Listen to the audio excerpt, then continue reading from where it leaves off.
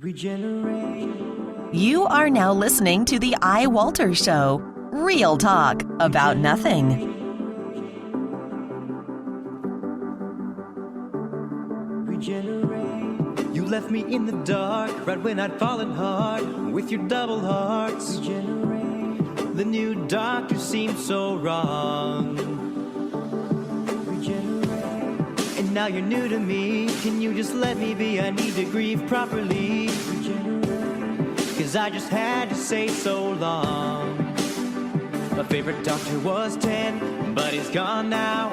Following him, 11 came out. At first I was hurt, but then he touched me. And now I think bow ties and feathers are sweet. When you were Dr. Night, I didn't like you at first sight.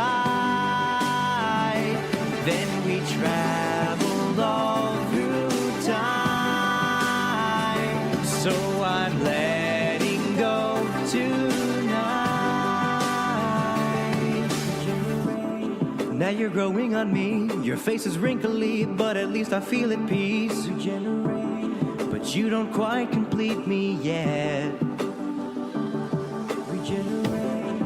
You were born again, so was the Tardisan. Your Sonic is Ray-Bans. And is it fair for me to love you in the end? I knew you back then, I know you right now. You're older than Smith, and so are your brows. This isn't a first, I nearly believe all of my doubts. You could defeat. I'm falling for this guy. To the others I'll say bye. And now I'll start to try.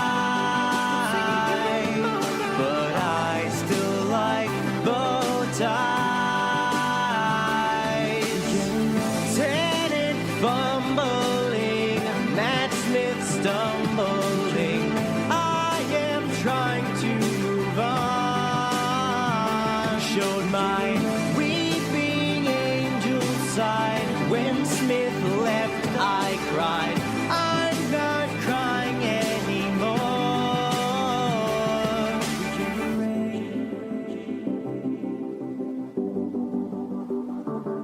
Regenerate. Yeah, I've fallen for this guy. Capaldi's got me high. His humor's kind of dry. Now I'm falling from cloud nine.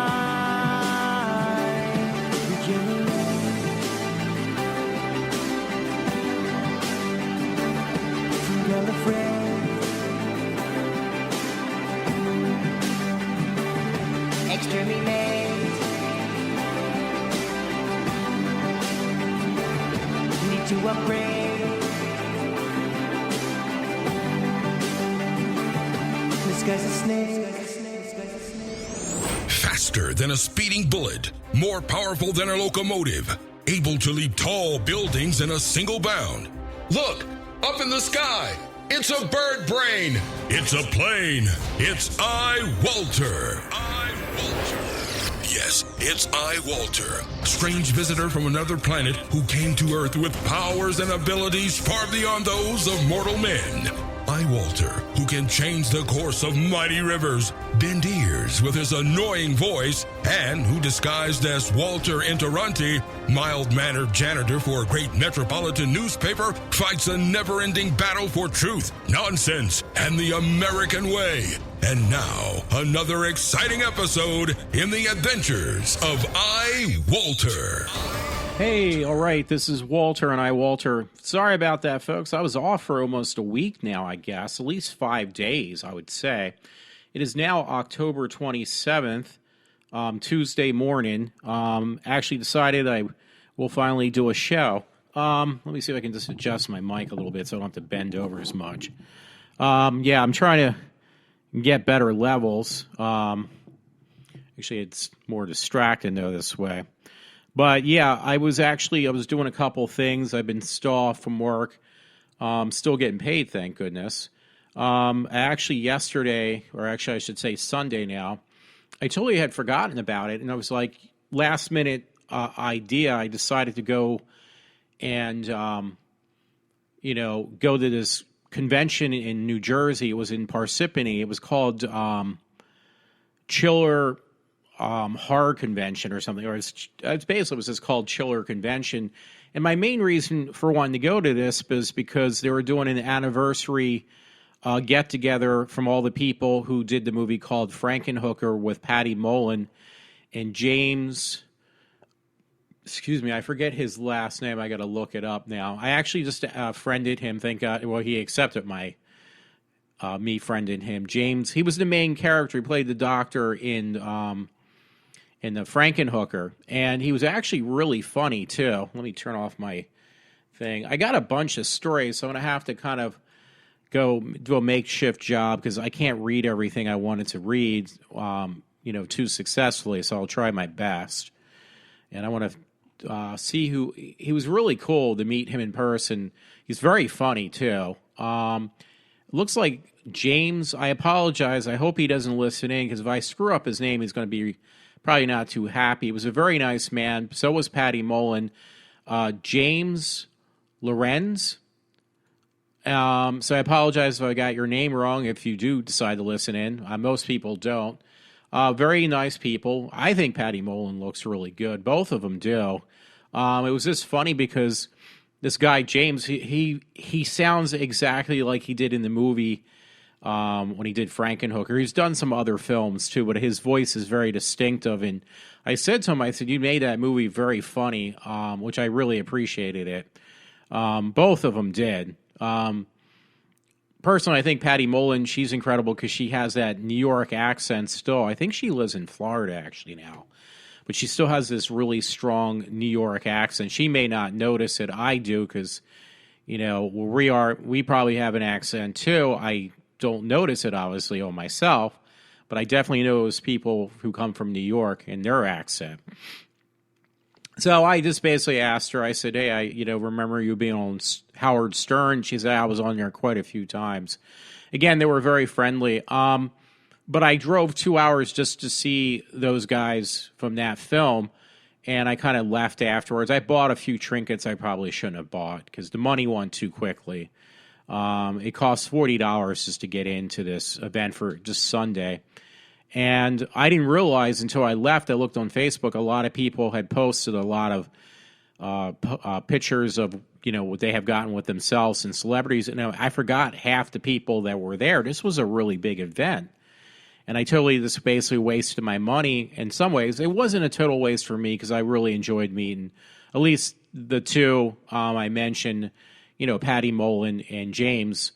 Again, I don't want to get his name wrong, Lorenz, I think. Both very friendly people, very cool to meet. Yeah, and by the way, I have all these. When I cleaned my room the first week I was off, I did a lot of cleaning up in my room at home, and I found all these movie passes. So that was another thing I had done.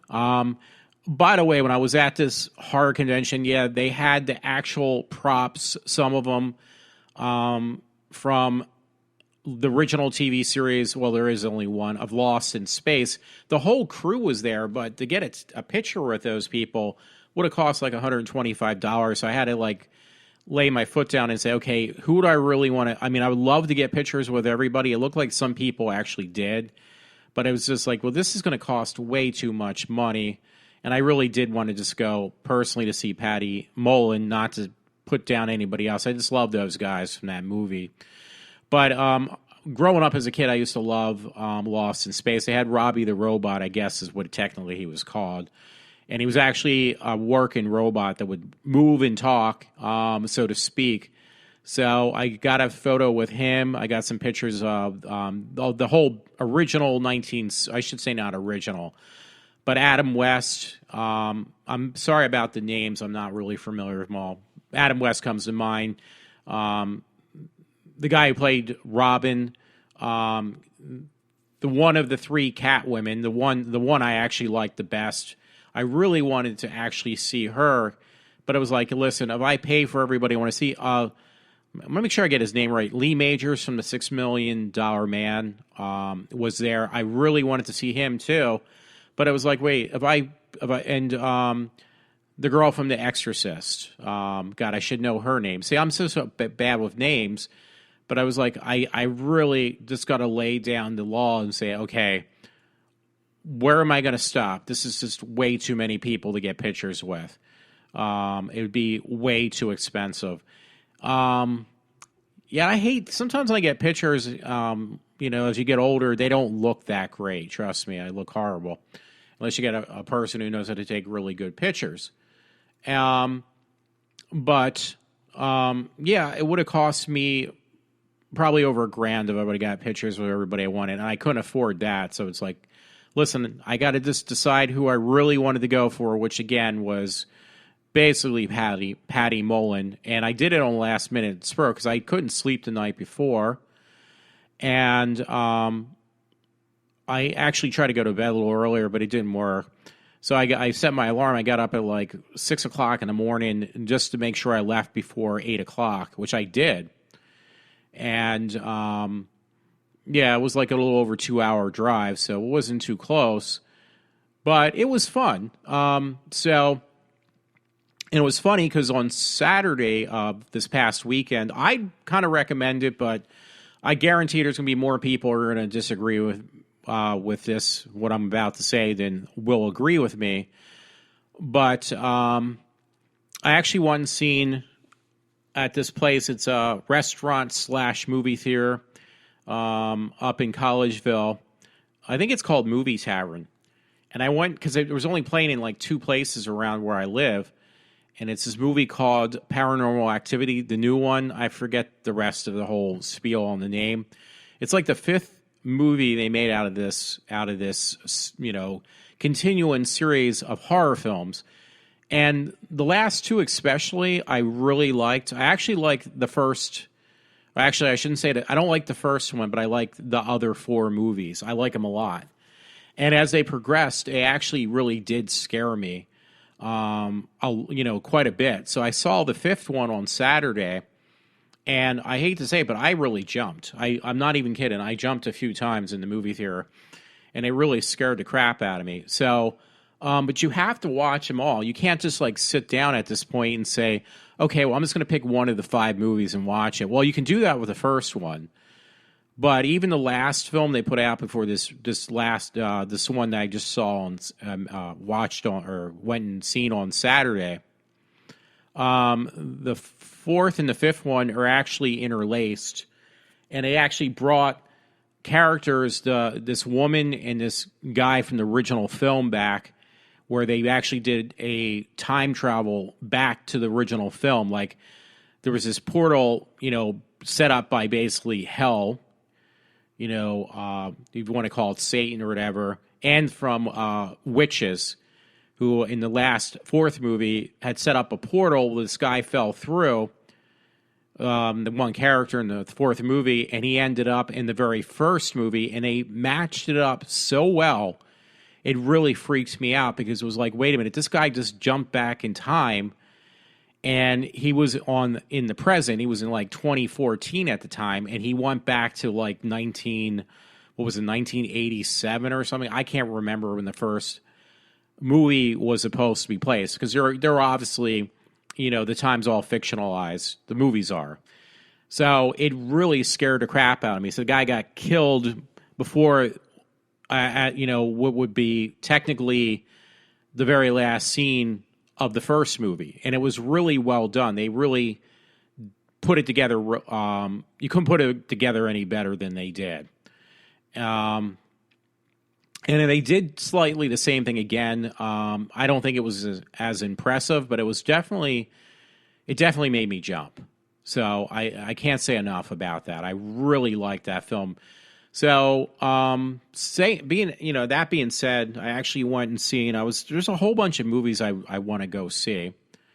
And, I just had to pick out of them because I'm not going to have time to see every movie I want to go to the theaters, but I have all these movie passes, so it's really not going to cost me too much.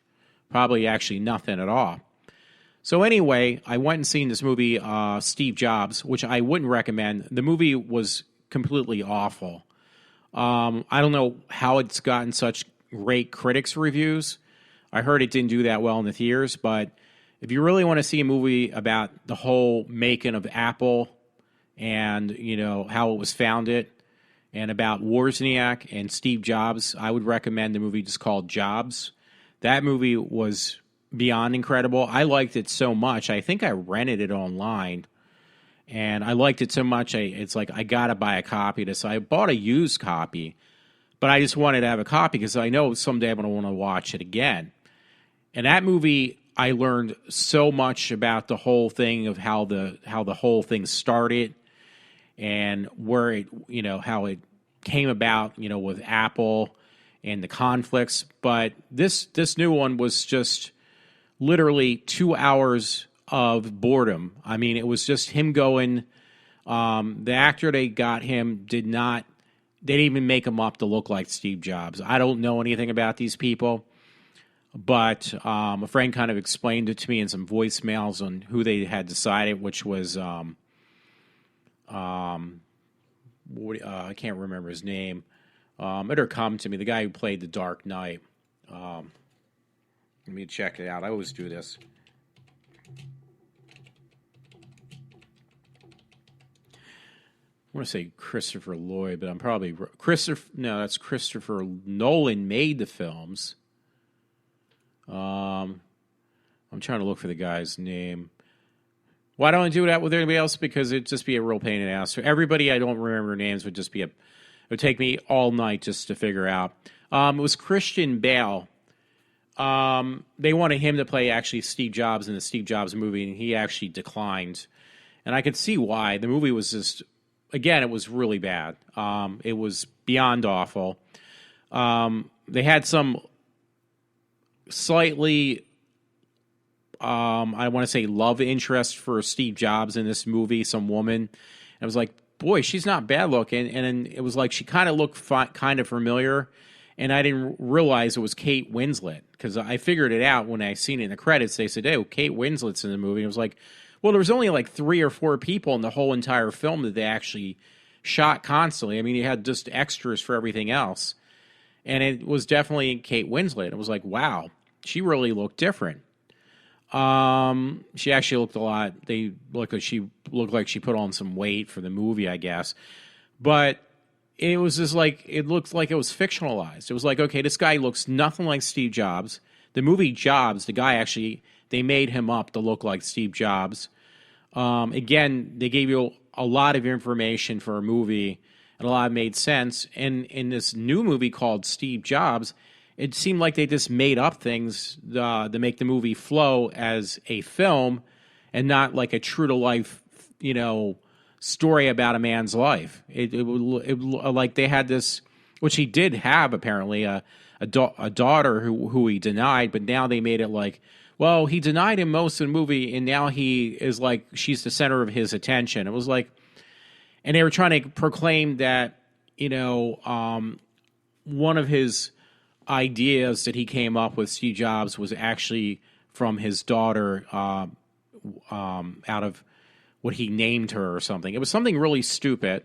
And then they were insinuating, I should say, that the reason he came up with the idea to make basically the original iPod was because he got tired of seeing his daughter carrying around a clumsy cassette deck. And it was like, okay, this is beyond ridiculous. There was 3 people in the movie theater when I saw it, and it was the biggest, like it's one of these multiplexes. They put in the biggest screen. They only sold 3 tickets, and mine was a free one because I had a movie pass. And one of the 3 people, we were all guys, all 3 of us, I should say. The one guy kept on getting up every so often. He left for like 20, 30 minutes at a time because I think he was so bored by the movie. I was just really irritated that he would leave for a good 20, 30 minutes and come back. The movie was 2 hours. So you leave, like, he left at least 4 or 5 times. So he was only in there for an entirety of about 15, 20 minutes for the whole film. Because I've done that before. I've walked out of the film and I came back, but it was just because it was so bad.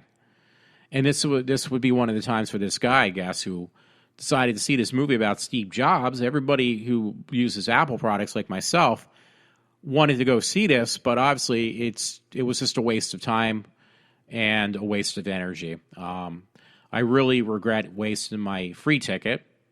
As a friend would say, I felt like I was robbed literally of an hour and a half of my life. An hour and a half. Yeah, I wish it was only an hour and a half. No, I'm sorry. It was 2 hours, a little over 2 hours. So I can't recommend that movie. Yeah, that was really bad. But hey, the movie, now that got a really good rating. It got an excellent rating. But yet, like a film like Paranormal Activity probably didn't get that great of a rating. I'm sure it didn't. I really can't tell you. And yet I liked that. I enjoyed that. So, and I actually bought a ticket now also I'm hoping I don't have to go back to work. If I do, it's no big deal. I need my job because I've been off of work for like going on 3 weeks now. But they actually have this Thursday coming, which I wouldn't be able to see otherwise if I was not out of work with pay, is for one night only for people who are interested to release the original Halloween movie.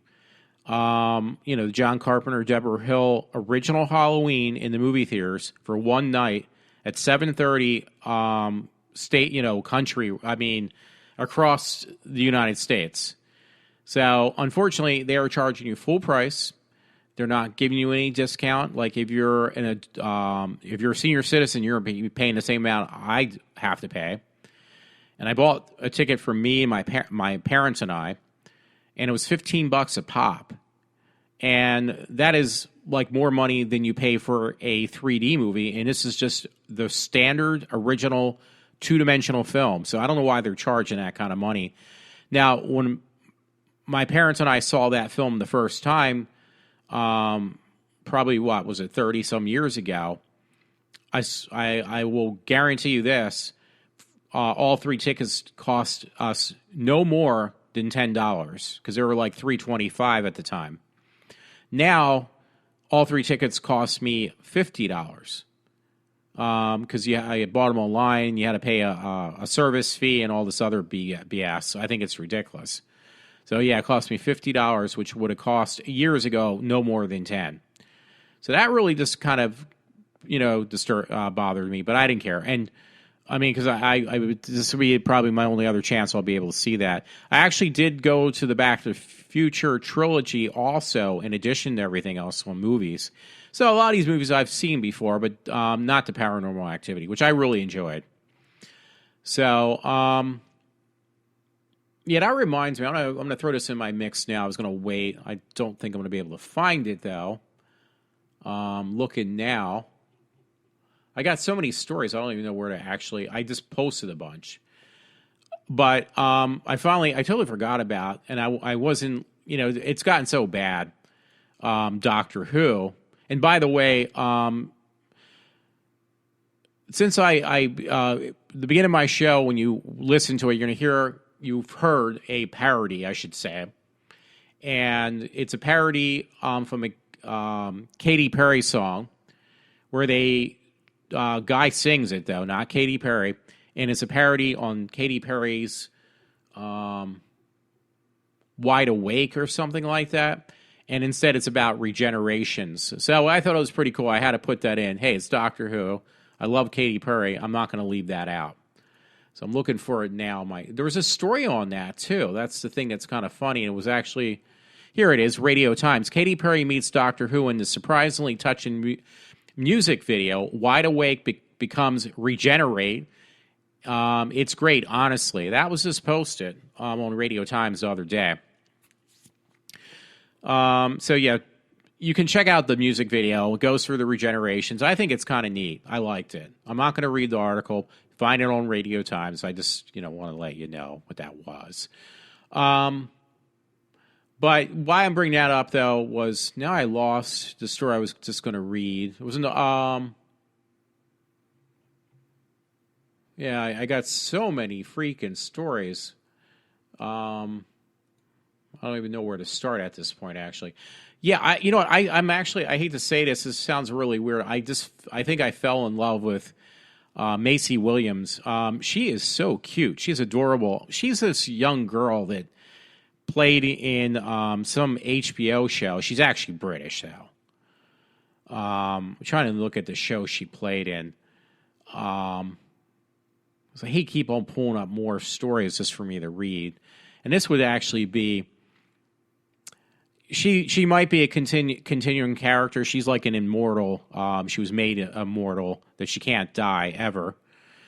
Apparently, they kind of insinuated more than once that Doctor Who is going to be living forever, too. He had a time span that he can only regenerate 12 times. Now they're saying, no, he's pretty much made. He's been made also a couple episodes back, or I think it was the 50th anniversary, they decided to make Doctor Who. The Time Lords made him immortal. So, yeah, I can't remember what Game of Thrones, I think it's called, right?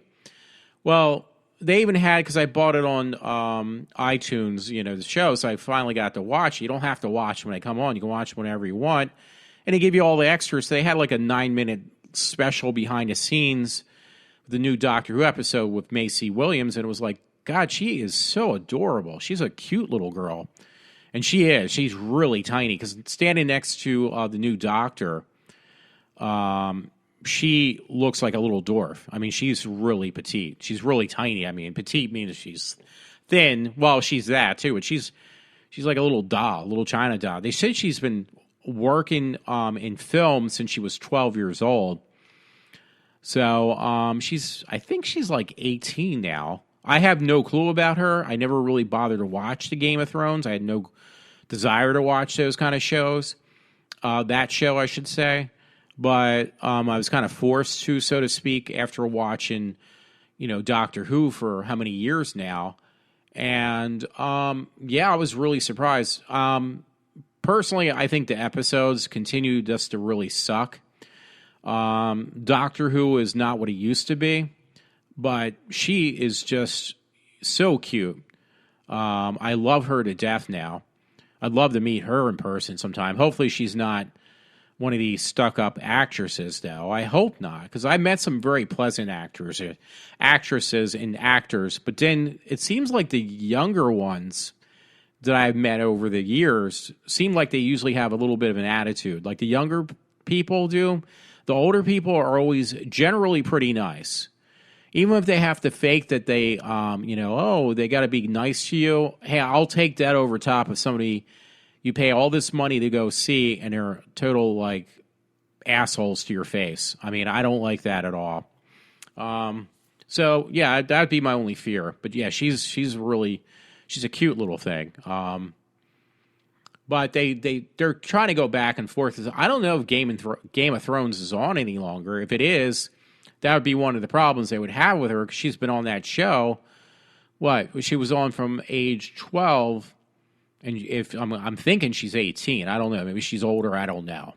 She looks awfully young. And the thing is, hey, if you're on the show for 6 years, the last thing you're going to do is give up a show that you can't get out. You're pretty much stuck in a contract, I would assume. So she loves doing Doctor Who, apparently, though. She really liked doing it. Hey, I enjoyed watching her. But again, yeah, the Doctor Whos are horrible. They just continue to get... I thought they were getting a little bit better with the new actor. He's great, the new actor. I like him, but the shows really suck. I mean, you're not talking Tom Baker material, trust me. But yeah, I just enjoyed seeing her. You know what? Talking about people in younger generation be really ignorant.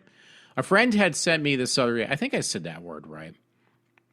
This was back on the 24th of this month, and I was going to read it, but you know what? I didn't do stories for such a long time. I never bothered, and now I have to dig it up. This is what I mean. I got too many stories now. So it was on the New York Post, and it says kids are getting cars. I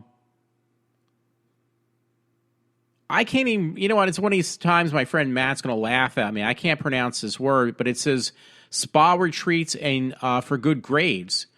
So, my one friend Matt, he always says that I really, he doesn't say directly, but he acts like I don't know what I'm talking about these kids being spoiled and kids crashing up cars and everything like that. But this story almost kind of, I've never read it, so I might be just, basically putting my foot in my mouth or talking out my asshole. But it says this one kid, he gets a brand new Jeep Cherokee from his grandparents as a reward for academic efforts. Now, I mean, my parents spoiled me a bit, but not like this. And they said Olivia Gluck, a 14-year-old from the Five Towns area of Long Island, was psyched to be the 2015 class valedictorian at her private middle school, but was even more excited when she was rewarded a shiny new MacBook from her father, which retailed for, which he paid $1,500. No, wait a minute, $15,000 for. Because I looked at the decimal. No, wait a minute. I think I was right. Yeah, okay, I'm apologizing. Because the new Macs, the new computers are around $15,000, $10,000. But it's still, that's a lot of money. $1,500. He paid his daughter, gave her a $1,500 computer. That's a little bit steep, in my opinion. And it says Olivia is not the only one in the Gluck household riding an academic gravy train. Her 20-year-old sister, Alex, a junior in a fashion institute of technology, has been promised 3 pair of fancy shoes. She is partial to Christian. I don't know. That's the name I couldn't pronounce. Louboutin or something. If she raises her GPA from 3.7 to 3.8. Well, I know a lot of people who have like A averages, but that's just a little ridiculous. And a brother, Ryan, 17, as a senior at a private high school, got a brand new Jeep Cherokee last year from his grandparents as a reward for his academic efforts again. I mean, this is ridiculous. But this article, again, it was dated a couple days ago. Just talking about basically kids are way over, what do you call it, given, like, they're basically spoiled. And they're saying somebody who was 11-year-old Samantha, a 6th grader at a public middle school, this is a different part of this story, has her eyes set on a $400 Segway. And I'll be hers if she gets a positive feedback on her classroom participation. So they're rewarding kids with very expensive toys. Yeah, this whole, but I'm just stating why I said this about the younger generation, why they act so ignorant, though. I'm just going to read this. I have no clue. I just seen the number of $10,000 a week, so I got to read this. In this story, again, titled from New York Post, kids are getting cars, Louboutins, whatever, and spa retreats for good grades. So I'm not even kidding. There's something with the number dollar signs of $10,000. Some girls' parents promised a week-long spa getaway to Arizona's Lux Canyon Ranch last year for completing her required reading. The simultaneous getaway, a favorite of celebs like January Jones, cost around $10,000 a week. Can you get that? I mean, can you believe that? Something else in this story. Some girls, I guess, yeah, she's going to get a job, finds a job. Her parents will pay her $500 for hair treatments. I mean, this is ridiculous. And once again, this is why you got these kids who walk around with their heads pretty much all the way up their ass, and they have no respect for anyone. So I just had to throw that in. And it's nothing against, what did I say her name was? Macy. I was going to say Macy Gray. No, that's not it. I think, was it Macy Williams I said? Yeah, it has nothing to do with her. The girl from Well, now Doctor Who. Let me pull up another tab real quick and see if I can get her name. I think that was right. Because she's just an adorable kid. And I'm sure she works for what she, pays. Yeah, Macy Williams. She is so cute, though. Yeah, she's adorable. British girl. So, I have nothing against that. A friend has sent me this. It was on CBS News, and it says Chewbacca, from Star Wars, by the way, arrested at a Ukrainian polling station. And I don't know what's going on there. I don't know if it's a joke or what. Members in the Internet Party of the Ukraine, a fringe political group who standard bearers dress as Star Wars characters, were confronted by police at a polling place and Odessa Sunday when they showed up to vote. Okay, so this wasn't really the actor who played in the costume of Chewbacca. These are people who dress up. What did I say? In Ukraine, in Star Wars costumes, and one guy got arrested or something. Yeah, that's pretty funny. So I looked at that, really just kind of blew my mind. I didn't know if I opened this. I was I couldn't find it. I mentioned, these people really don't care. They were nice enough to be nice to my face, at least. But I told Patty Mullen, there was something she posted on her page, and it seemed very much on my, in my beliefs on, in politics. She seemed like she made a very, conservative remark about something, and I could not find it.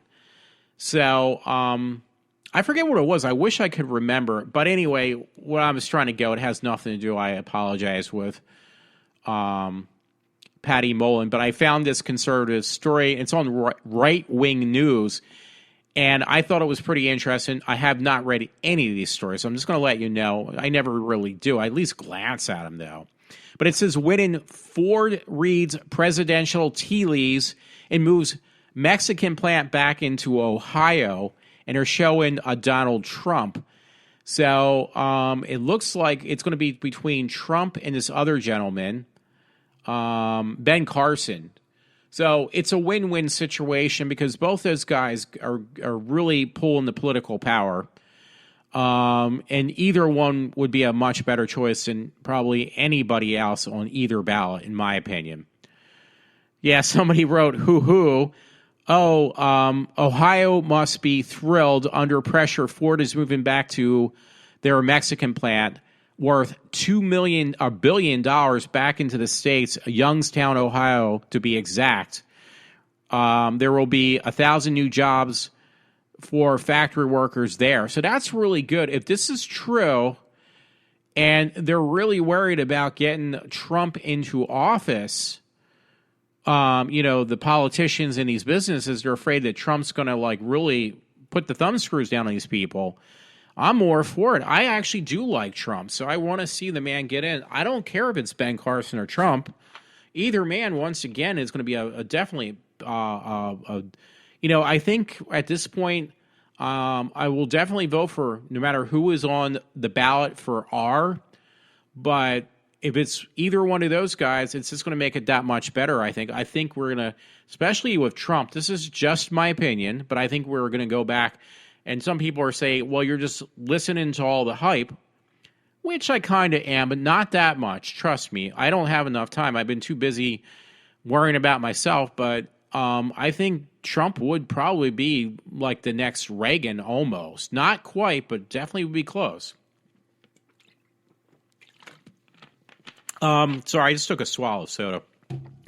I really think that Trump, he's like, Reagan was always into the political issues. He was always doing stuff in politics, and I really can't say that about Trump. So most people think or actually say that I have no clue what I'm talking about. But honestly, and everybody always picks on Reagan because he was an actor. They don't see anything beyond that he did Bedtime for Bonzo. They don't see that, or he was in Westerns.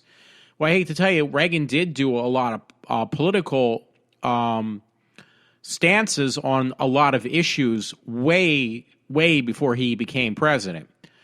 And I'm not saying that Trump has, but I think both these men are more concerned about the well-being of the us individuals as Americans and of America more so than most politicians do about how they can get reelected or stay in power for as long as possible.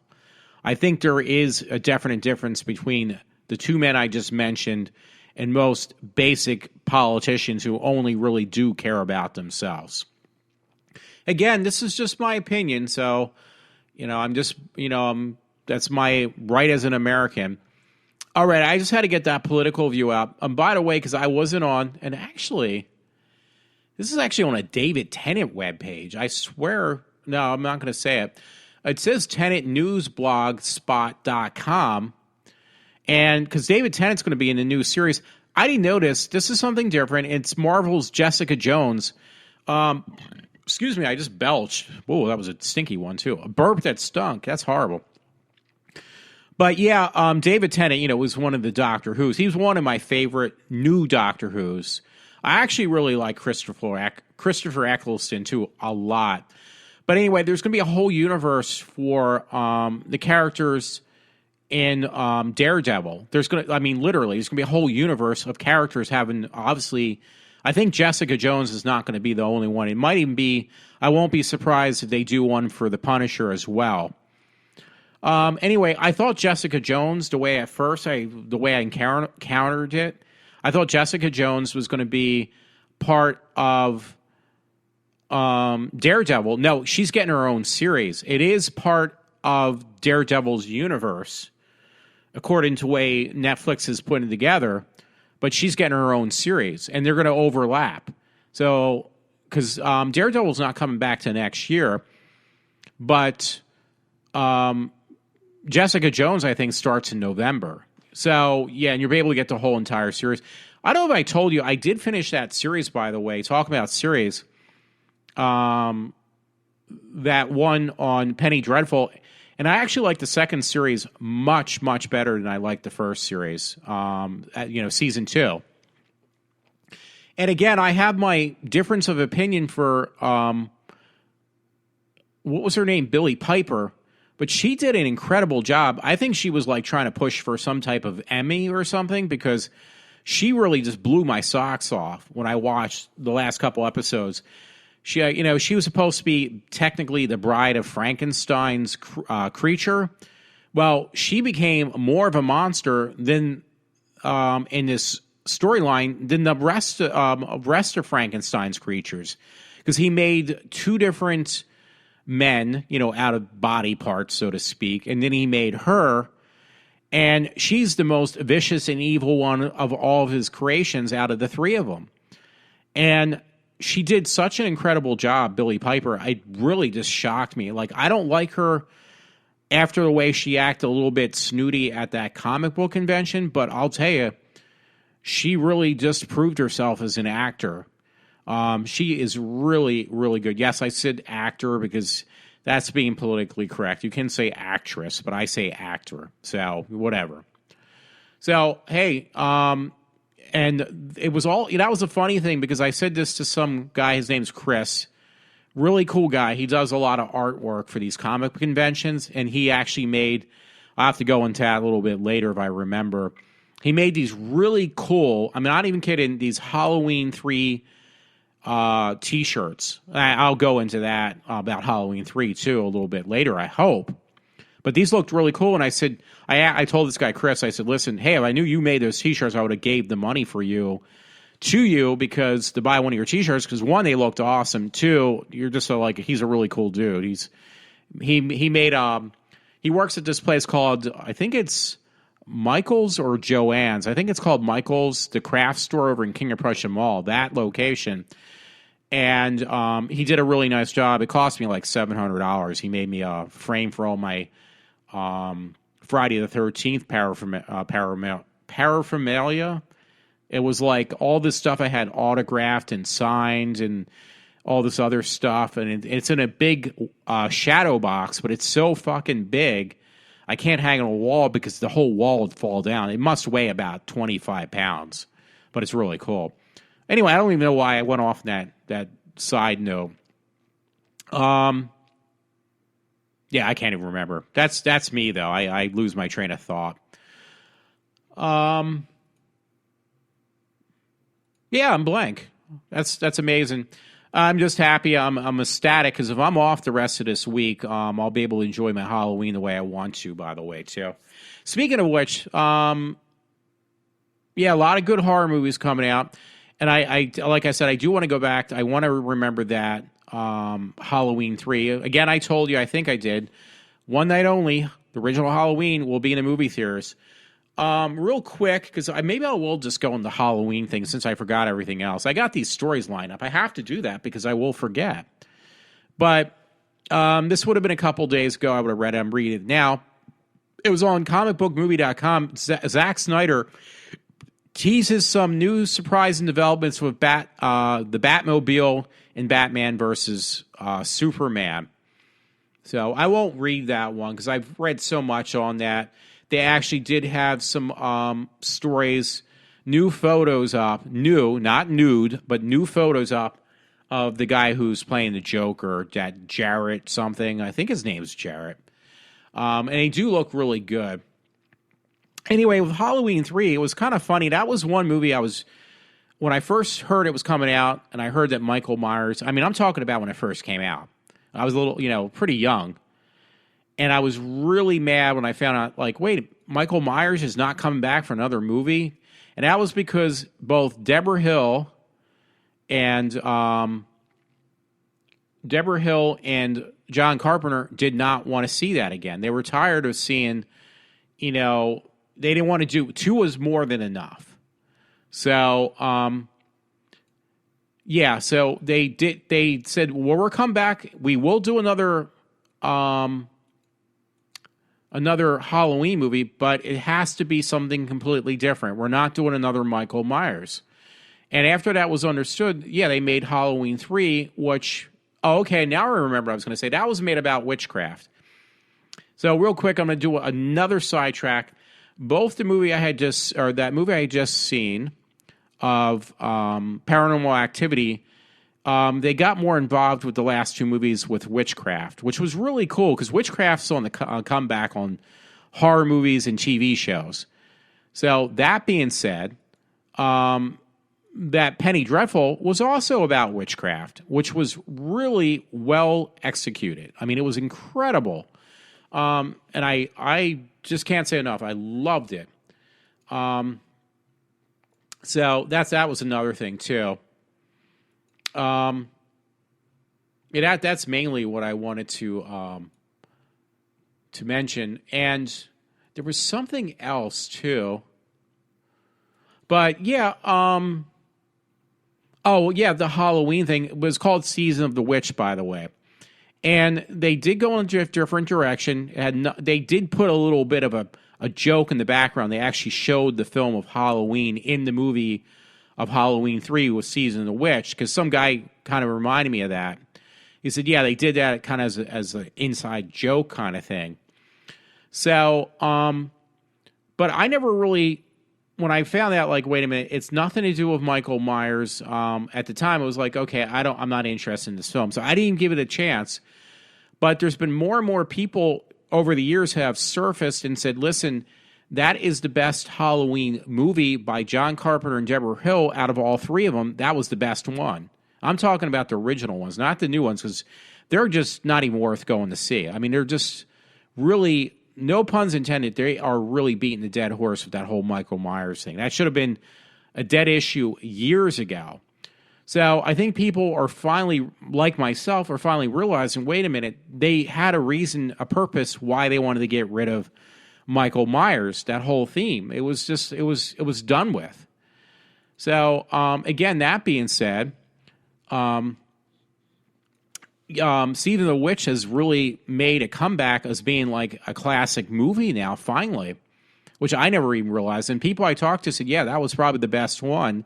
The Michael Myers thing was cool, but then it was done with. They don't need to do anymore. And I think what really ruined it now is the fact that they keep on making more and more movies called Halloween with Michael Myers. Even the Rob Zombie one. We didn't need any more. We had like 10 movies of that. So it's not like Jason. Jason's different. I mean, Friday the 13th, it doesn't seem to grow old, but with the whole thing with Halloween, it did grow old very quickly. In fact, it went on way too long. So, again, people are tired of that crap. I know I was a long time ago. I liked the first two movies, though. Deborah, I mentioned this before, but Deborah Hill and John Carpenter, their whole intention was, well, we're going to try to we want to do Halloween movies every year, but they're going to be on a different theme around Halloween, so it would be fresh all the time. And the start of that was with Season of the Witch, which obviously did so bad in the theaters, and people were so disappointed. It was like, wait, Michael Myers is not here? That it just kind of tanked. And it was a shame because years later, there's people who are saying, wait a minute, that was a great idea to do something different. So that being said, I think it was just this year, they actually released they made replicas. They're kind of expensive too. The latex mask that were in the movie from Halloween 3, the mask that you would buy your children in the movie, and if they put them on, they were set up with a spell, some type of demonic spell that would basically kill your kid. Like it would turn your head into a pile of mush, or like insects and snakes, because it was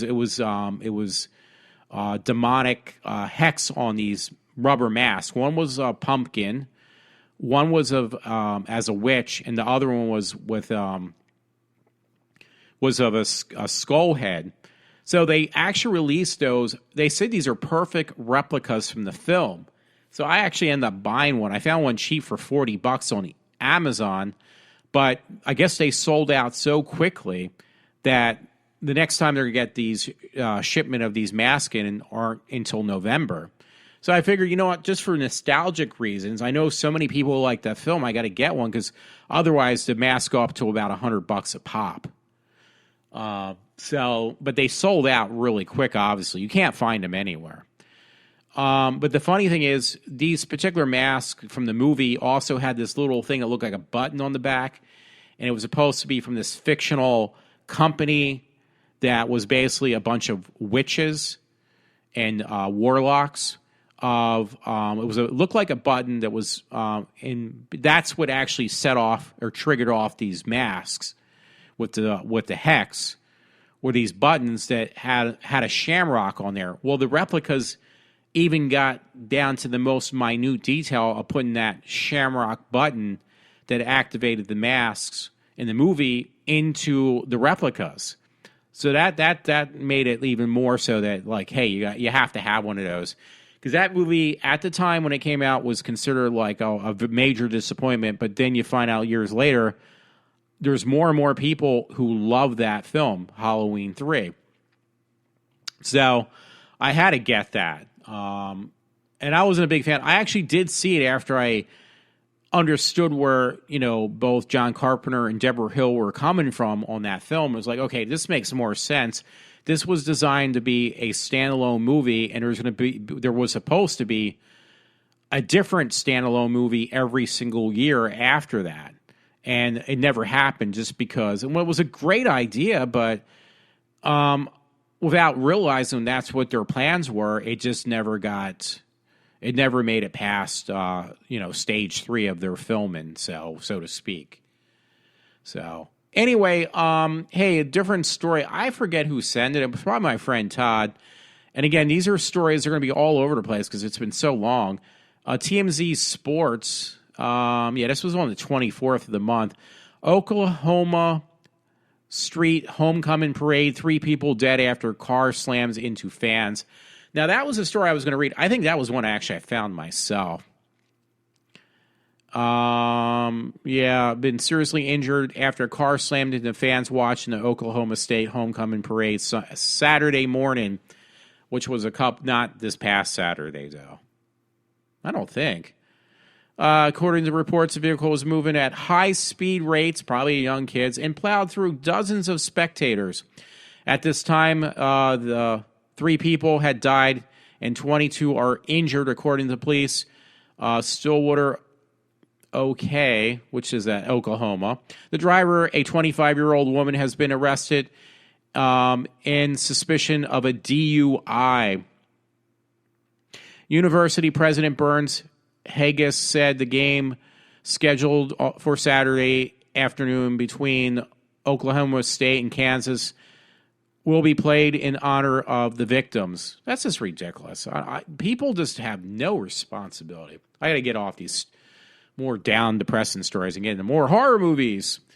I thought there might have been story attached. I got some stuff on my Facebook page and I remember it was this one particular Night Gallery. I think it was from the film. Yeah, it was from the movie, made-for-TV movie of Night Gallery before it actually was made into a regular series.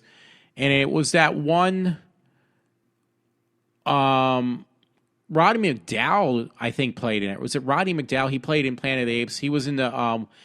just check out for... because there's a bunch of different paintings from Night Gallery.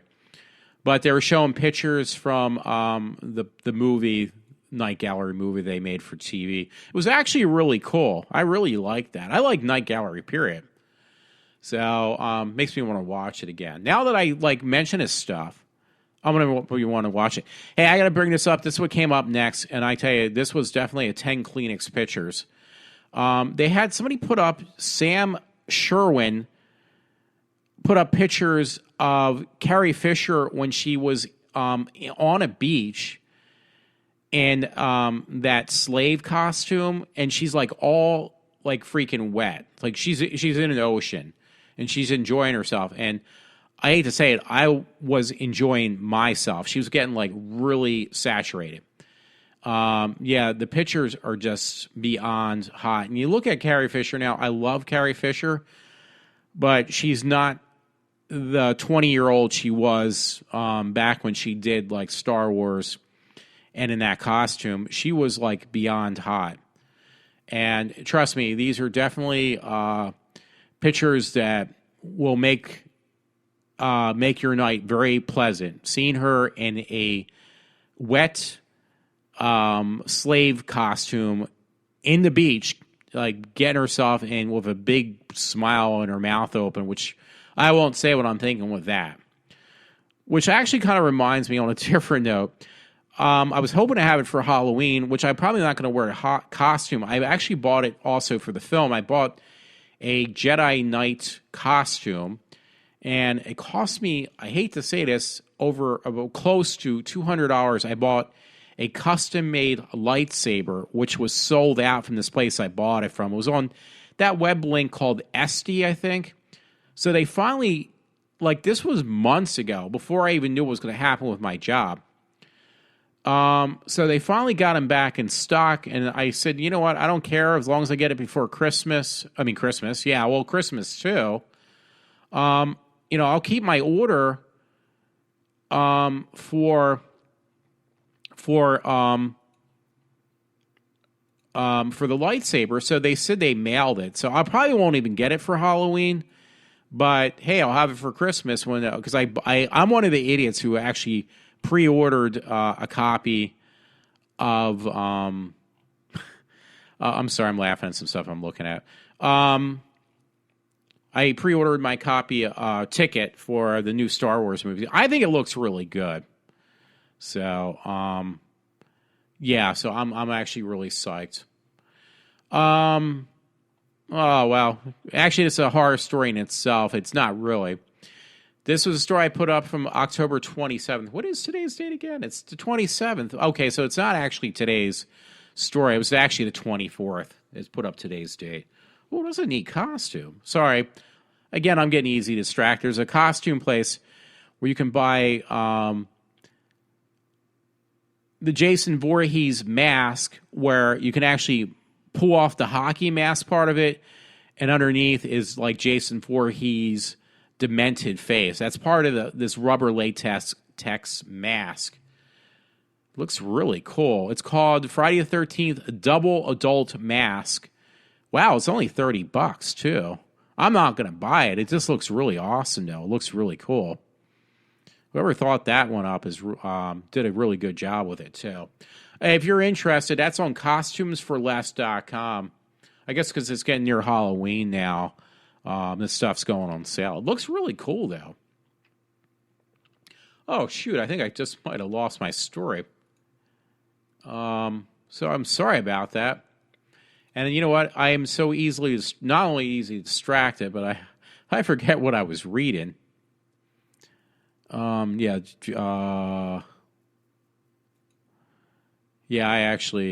I mentioned about Friday 2. You know what?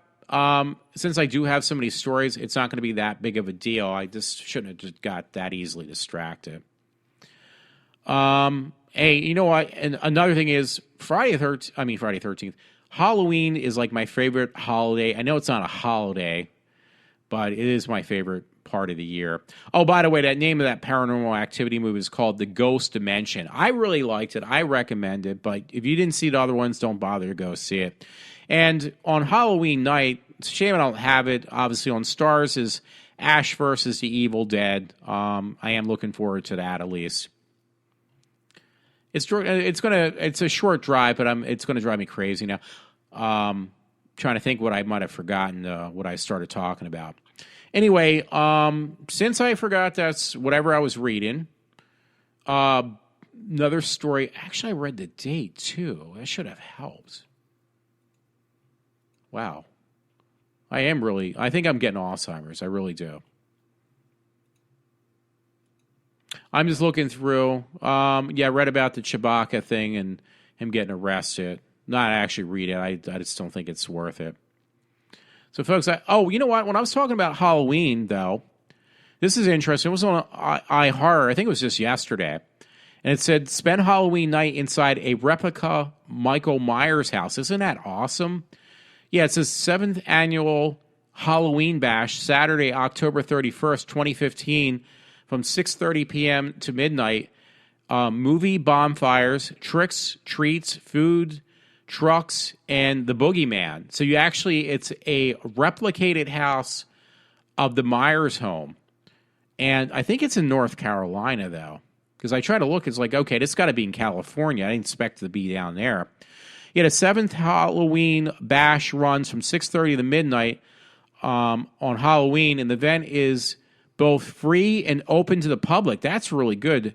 It says no RSVP necessary, as if you're just hanging out at the Myers house wasn't cool enough.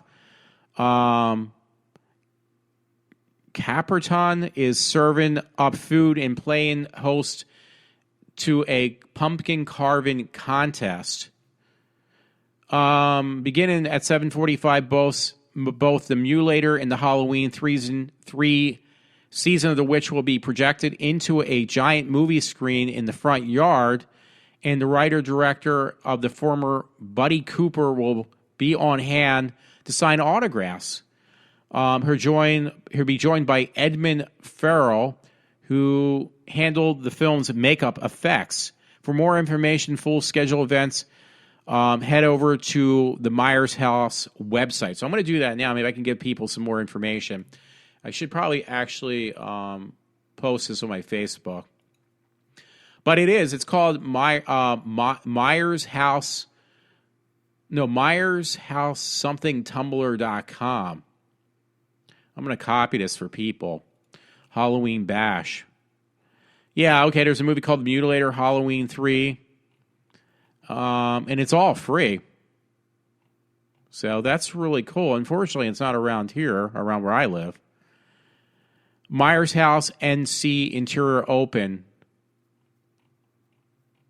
Wow, I really wish. I assume it's got to be North Carolina.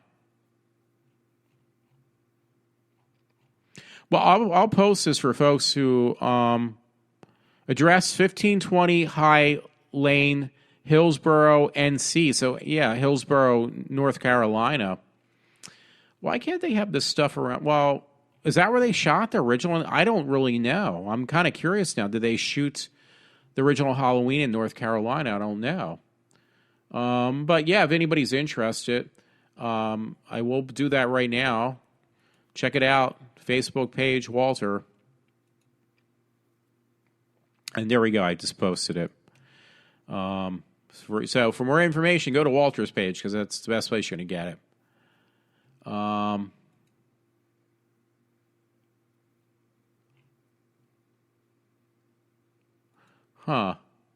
Sorry. But yeah, so some interesting stuff. Let me just see what else I have. Again, I apologize. I can't believe I just kind of lost my train of thought on that one story. Hey, this is pretty good. I was just ready to read this. I went many different directions. BestHorrorMovies.com. The 30 best horror films should be streaming on Netflix this October. I don't know if they are. I think they are, actually. The Monster Squad, Sleepy Hollow, Curse of Chucky, Burying the X, The House of October Built. No, the house is October Built. The Babadook, Housebound, Pony Pool, Tucker and Dale versus Evil, Halloween: The Curse of Michael Myers, Tales of the Dark Side, Honeymoon. That's all it says. The House of the Devil.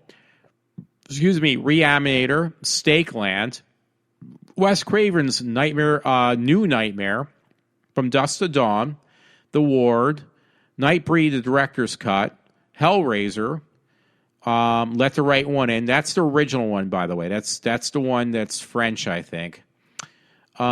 Scream, Mimic, Troll Hunter, The Omen, Saw, Dead Snow 2, Red vs. Dead. That was a horrible movie. Children of the Corn, Never Sleep Again, Elm Street Legacy, and Rosemary's Baby. They're all on Netflix this month, I think, for October at least. Maybe longer. So that was mentioned on, again, besthorrormovies.com. Why did they mention Frankenhooker? Those jerks. I got a lot of stories in my mix, by the way. Probably it's best I at least lost that one story I started reading because I got way too many stories on Star Wars, and I didn't intend to do that. Radio Times, again, I don't know when this was dated, but it says someone has cut all the Star Wars trailers into one story, and then suddenly it makes sense. The Force is strong with Star Wars Supercut. It was a couple days ago. I think my friend Todd sent it to me. Some galactic genius had edited all the 3 Star Wars Force Awakens trailers together, creating a surprisingly smooth narrative. Created by Science vs. Cinema, the fan edited takes the year-old teaser, the trailer from Star Wars Celebration, and the trailer release this weekend, and finds an elegant way to blend them all together, giving us a sense of scenes follow on from each other. Okay, so he just meshes them together. I don't know. Sounds pretty cool. I think I know which story I was going to read. Oh yeah, it was these. Let me see if I can. It was pretty demented. I do remember amazingly because once I forget something, trust me, it's not coming back into my brain. But somehow I'd have to remember this piece of crap story that I was ready to read and I lost my interest on. It's a matter of just digging it up. I know what to look for. That's a bad thing. These little kids cutting their heads with blades, and they're Middle Easterns. I remember that much. And maybe it won't be that easy to find. But it was a story from a couple days ago I had.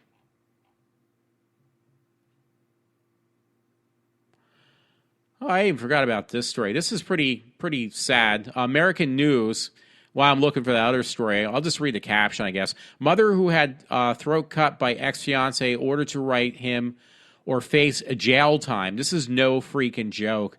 I looked at this story, and it's really pissed me off, actually. A woman who was tortured and beaten by her ex-fiancé for hours in front of her children could face jail time if she refuses to write him a letter in prison, her ex-fiance, updating him on the progress of their children. This is no joke, by the way, folks. And again, it's on American News. That was kind of a couple days ago. I've been off for so long. Not the story I was looking for, though, but I just found it again, so. I'm going to see if I can find this story. I lost it again, but not intentionally this time. I actually just lost it. I do remember, like I said. I can't remember where I got the story from, though. I got to get a swallow of soda again, so please forgive me for a minute.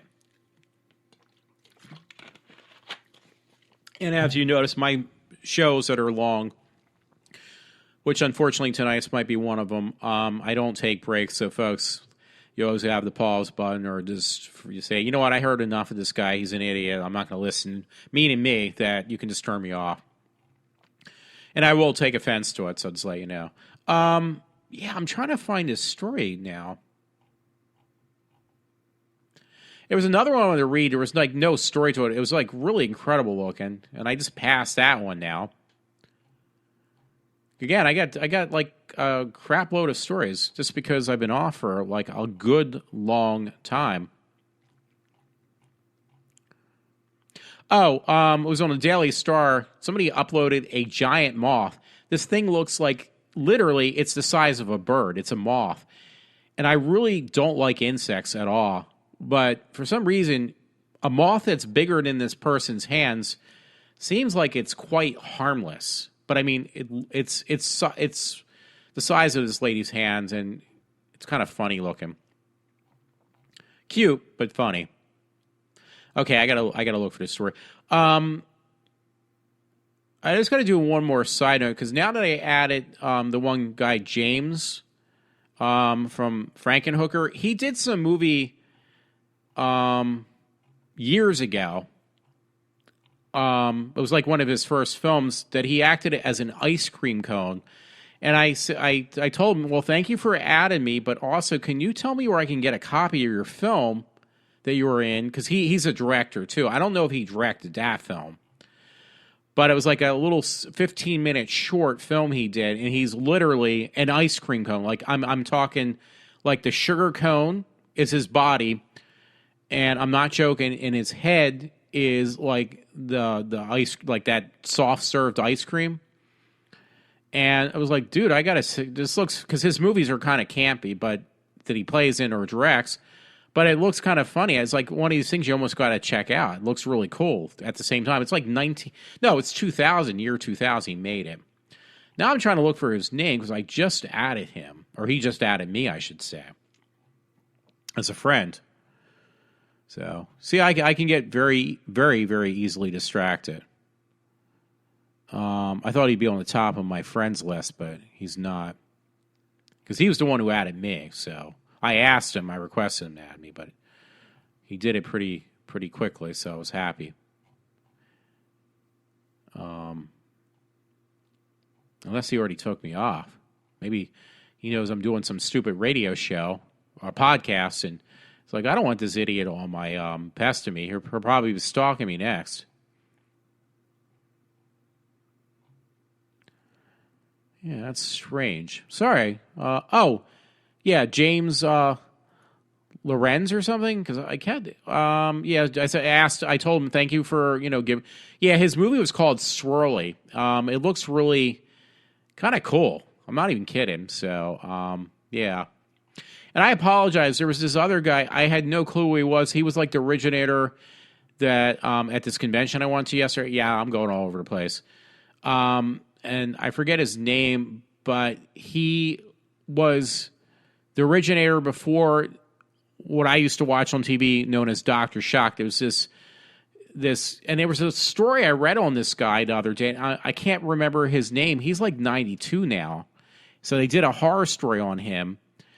Zaraki or something like that. He was like the originator of like the Dr. Shock before Dr. Shock was around as like, a host of horror movies, like the old B horror movies. Back, I guess, in the early days.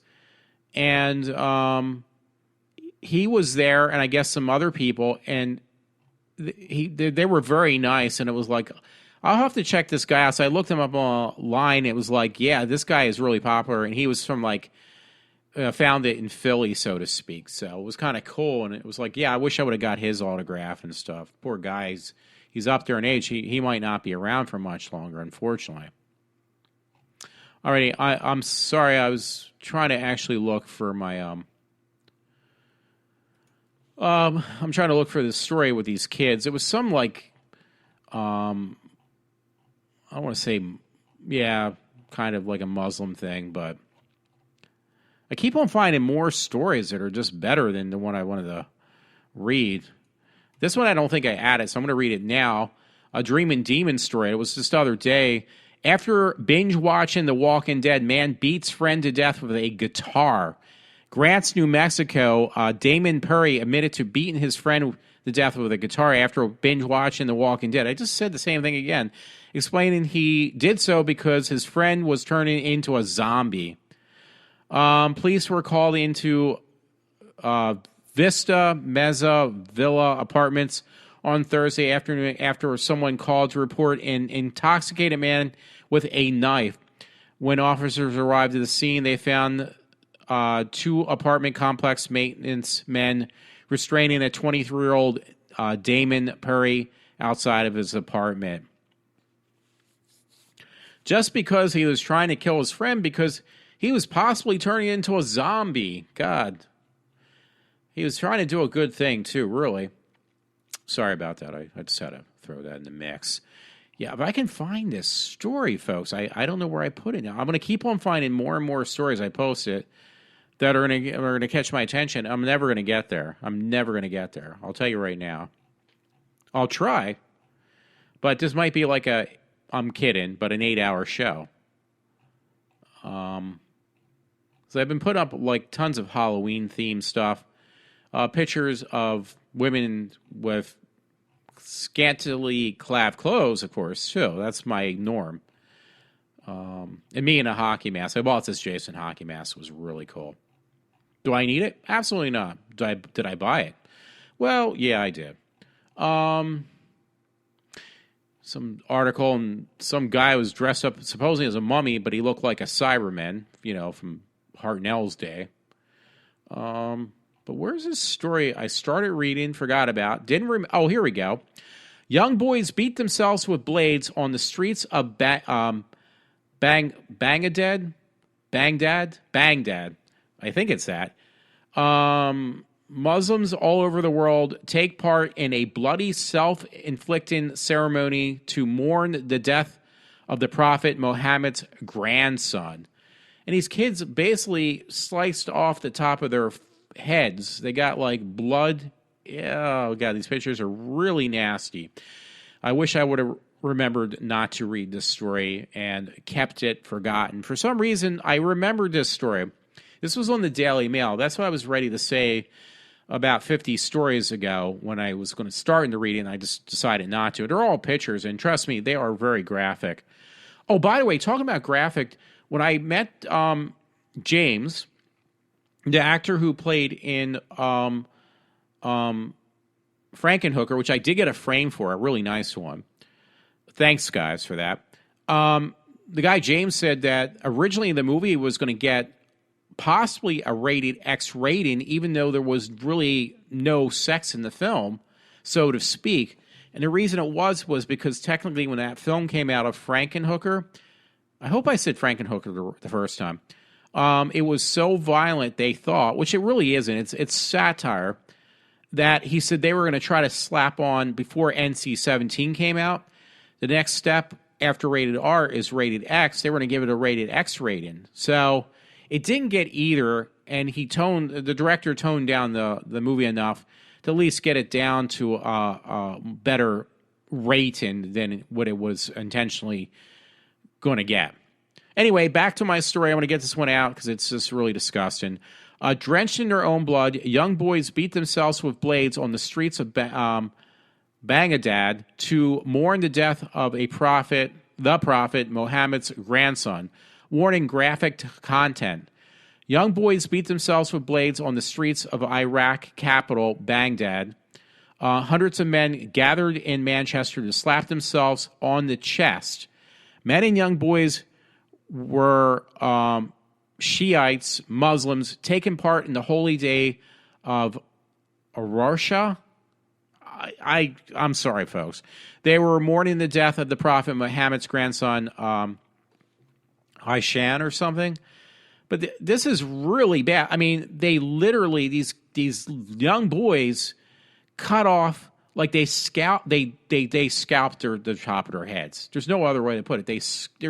There's like nothing on the top besides blood, and they like shaved probably half part of their skull off by how deep they went. So, okay, I'm done with that story, and it's not coming back, trust me. Oh, Carrie Fisher's pictures again. Oh my God, those things are hot.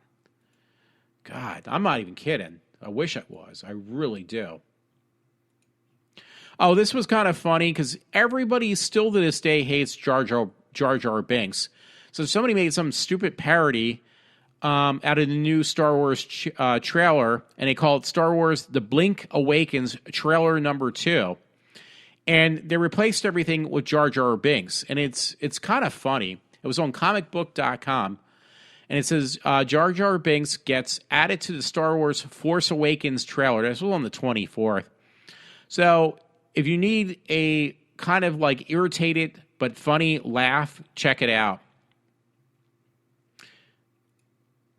I was half tempted to mention when I saw those Back to the Future movies, I saw those online beforehand. They had all these really goofy trailers for, like made-up commercial-type trailers from Back to the Future, honoring 30 years, I guess it's since it came out. And they actually played those all in the movie theater. It was horrible. Right now, I got on my wall in front of me this hockey mask I bought of Jason Voorhees hockey mask.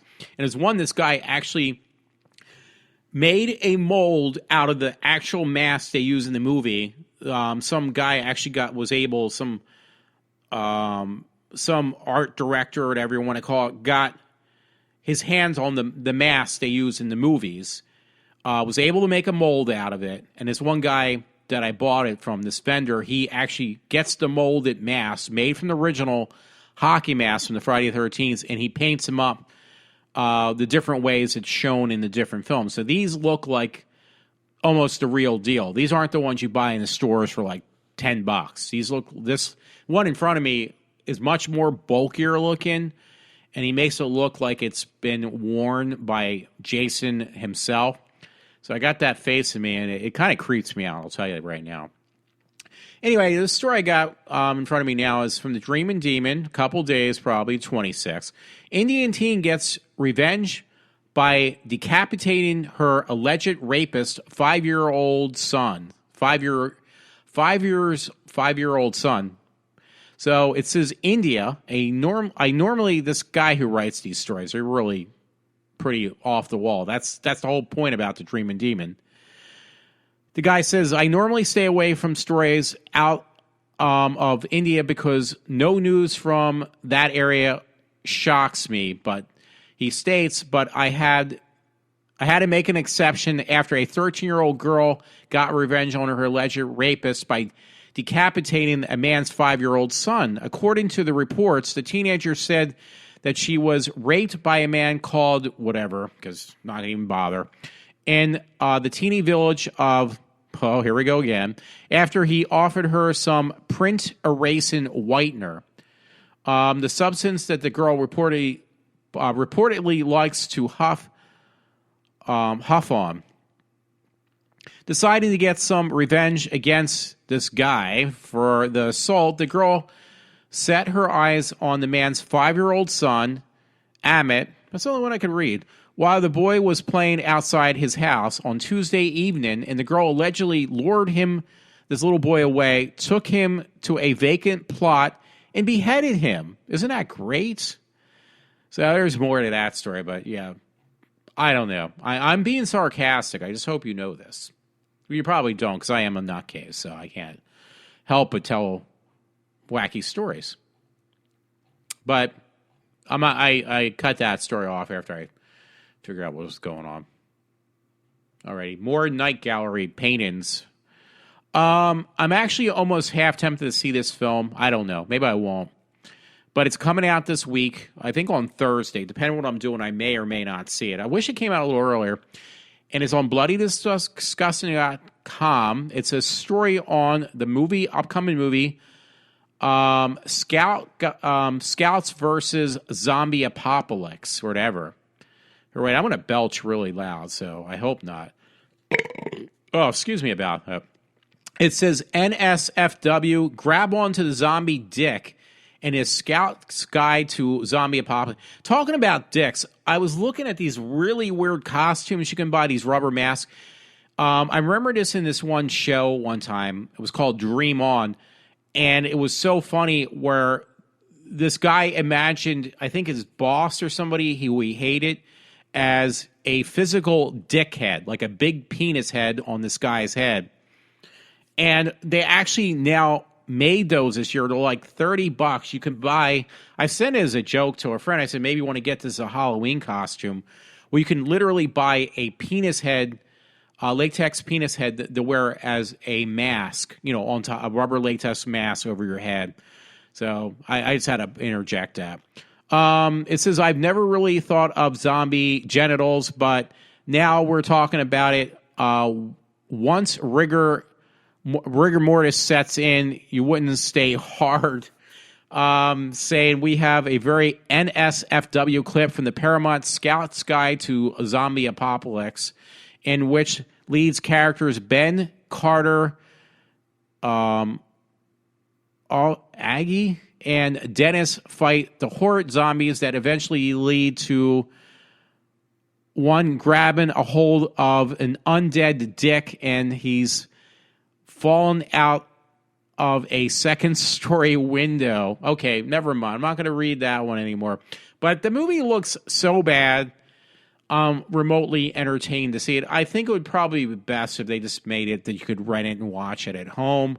But they're going to force you to go to the movie theaters to see that. Unfortunately, though. Unfortunately. Oh, my one woman I love, Jade Starlin, looks like she's in some horror thing. Not a horror thing, but, celebration. Yeah, October 30th, 2015. Second annual Monster of Freestyle Ball. And Jade Starlin's going to be there. I don't know where this is at. It says Ticketmaster, though. I don't recognize anybody else. I've seen Jade Starlin's in the mix, though. Anyway, I got to get through these stories. My friend Todd sent me, so thank you so much. Teacher exchanged 2,400 texts with an 11-year-old girl that she wanted to run away with, prosecutors say. So thank you for this story, Todd. Anyway, Inside Edition, a former Pittsburgh teacher who allegedly sent thousands of texts to an 11-year-old student to convince this little girl to run away with her, has pleaded guilty to no. Well, she didn't plead guilty. Has pleaded no contest or something. No contest, according to reports. Whatever. Looks like Geraldine Alcorn, 29, entered her plea Wednesday to the Manderstater charge of corruption of minors. She was sentenced to 5 years probation and has been ordered to undergo a mental health evaluation. How these? I'm sorry for keep on beating a dead horse with this, but how do these women get away with serving any time? Like, this woman's going to get away with. She tried to seduce an 11-year-old girl by, sending her sexual, 2,400 sexual texts and text, cell phone text. And they're not going to do anything about it besides just giving her a probation period. So this woman also forbidden from contacting the little girl. She must stay more than 1,000 yards from the child, so she's got a restraining order against her. former elementary school teacher obsessed with the student, and after encrypting her phone number on the girl's math homework, the two exchanged more than 2,400 text messages over a 2-week period. That's a lot. The girl's mother, this little 11-year-old, found the text on her daughter's iPhone, which she told police. The mother also found notes where her daughter's in her daughter's binders that said things Miss Alcorn and I do. What can we do, and what can I when can I do it? So it sounded like there was more than just these texts. She might have been actually sexually assaulting an 11-year-old, and the most she's going to get is a slap on a wrist and a probation period for so many months. I'm trying to see what I mentioned to begin with.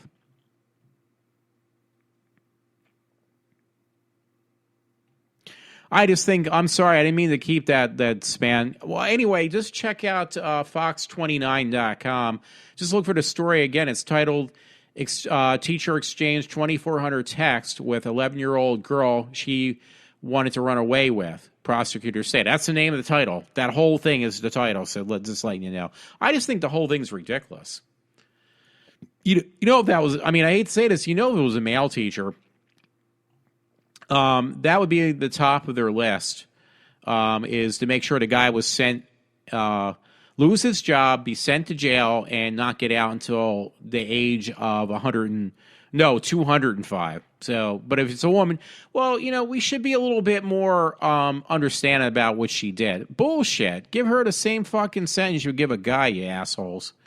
Anyway, I keep on laughing. I was going to read this story. It's on iHorror.com. Got to change it up a little bit. But I keep on seeing this picture from that movie, The Shining, with the twins. These little girls that, they're ghosts in the movie The Shining. Stephen King's based upon Stephen King's book. But somebody superimposed on the twins faces of Donald Trump, and it is so wrong, but it is kind of funny too at the same time. I'm sorry. And I love Donald Trump, but it gets to me every time I see him. I'm not going to admit to it. So if I say that, what I'm saying now, I'll just deny the whole thing. I'll just let you know. It says 7 films to watch in the final week before Halloween, which I probably read this before. I'm going to read it again anyway. Monday, October 26th, it says Trick or Treat, 1986. Tuesday, October 27th, Satan's Little Helper, 2004.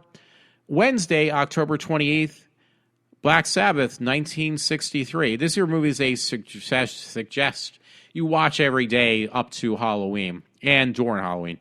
Thursday, October 29th, House on Haunted Hill, 1959, with Vincent Price. Not the new one. Friday, October 30th, Halloween 3, here we go again, Season of the Witch, 1982. And Saturday, October 31st, Halloween, the 1978 version, which I will see on Thursday. Yes. So that's really cool. Alrighty. I'm sorry. I am actually, hey, I gotta open this. This looks really cool. I totally forgot about this. This was actually on besthorrormovies.com. The 10 best sex scenes in horror movies. Number 10, Nude for Satan. Never heard of it. Number 9, Brain Damage. Number 8, Phantasm 2. Number 7, Monkey Shine. Number 6, Jason Goes to Hell. Number 5, Species. Number 4, Reanimator.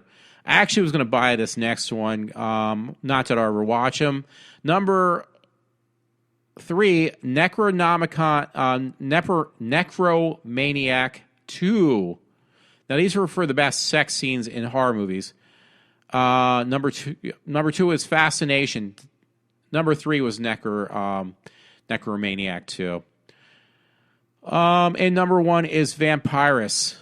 So, yes, It's I didn't read all the rest of it. Yeah, sex and violence undoubtedly go hand in hand in horror, which is why sex is such a strong part of the genre.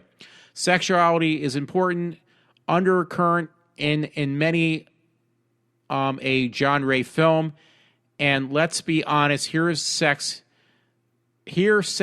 and skin sells, especially to male audiences. Hey, that's why I liked Frankenhooker. There was other reasons too, trust me. What straight dude does? Well, here we go, because I would get beaten to death for saying this. Literally, what straight dude, quote unquote, what straight dude doesn't want to see sexy babes get nude and have some hot sex? Well, I'll tell you, that's why I watch them, because you feel less embarrassed by saying, yeah, I'm going to go watch a porn, because most of them are really bad anyway. Let's face it. Porn movies are just really horrendous. I don't care if they get awards. They have porn awards. They're just plain fucking bad. That's why I watch horror movies. At least there's some entertainment in those as well. Anyway, it says, well, the following is a list of absolutely the hottest and sometimes wildest sex scenes in, horror films. Again, that was on besthorrormovies.com. So thank you. Thank you for clarifying that, folks, and making me feel much better about myself of being a person who does not get sex at all. This was really cool. Different story. Not going to read it. I have my audio off. But hey, this different story. It's nothing to do with sex and violence. Digitaltrends.com, it shows you a video of a 3D printed acoustic violin, and it sounds just as good as the real thing. And it does. I listened to it the other day. It was really, really good. So check that out. Jade Starlin. I just love Jade Starlin as well. Yes, I mentioned this earlier in this show. You can see it. It's now, I can give you the name of the link. bloody-disgusting.com. Once again, new photos, not nude, new photos of the Joker from the Suicide Squad release. And yes, they do look very cool. This was really funny. I can't believe it actually exists.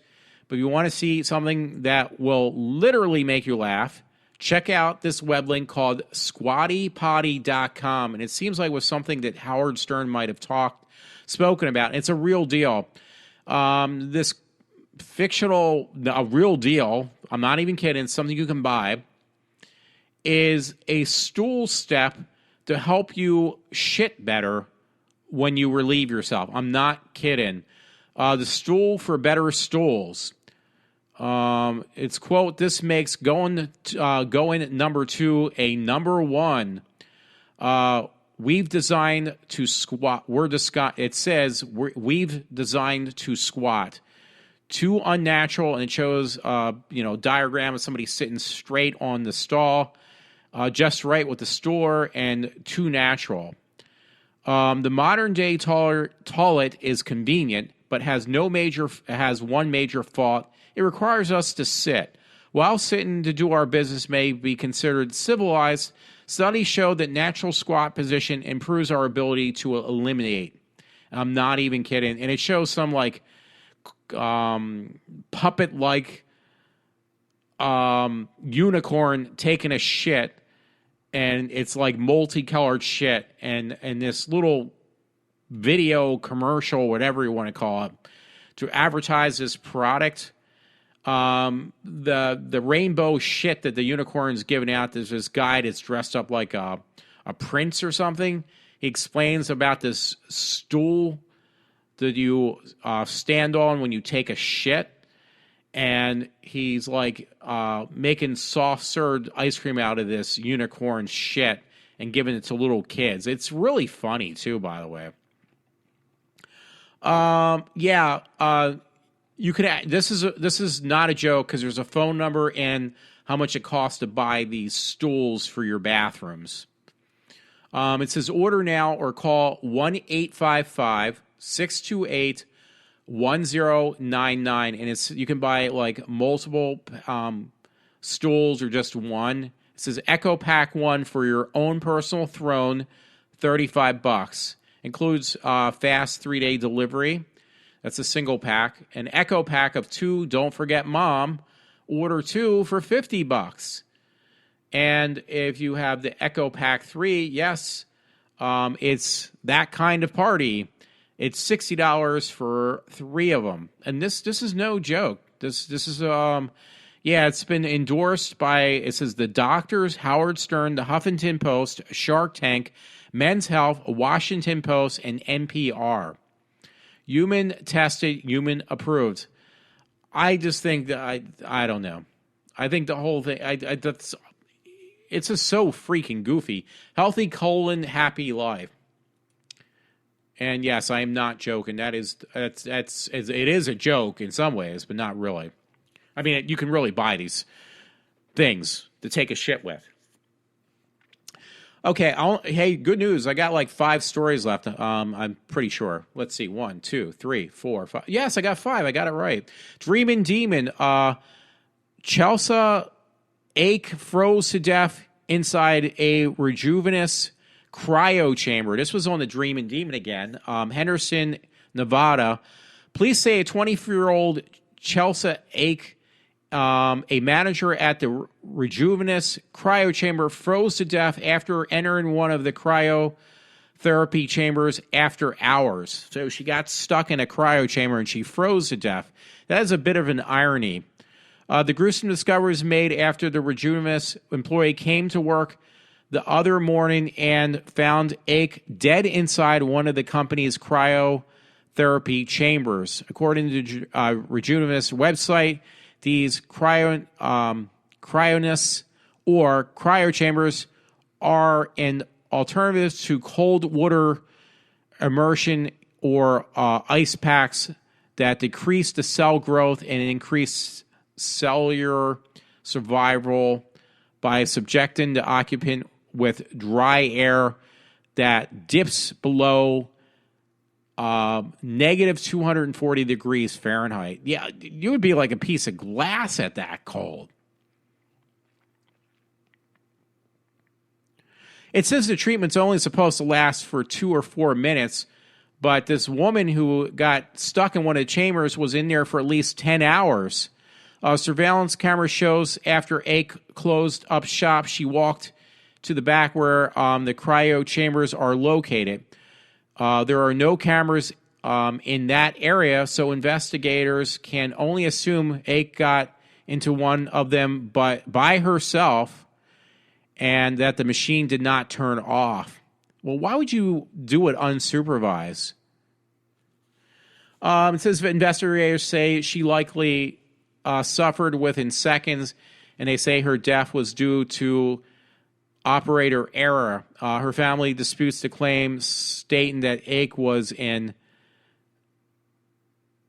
Investigators say the coroner is looking.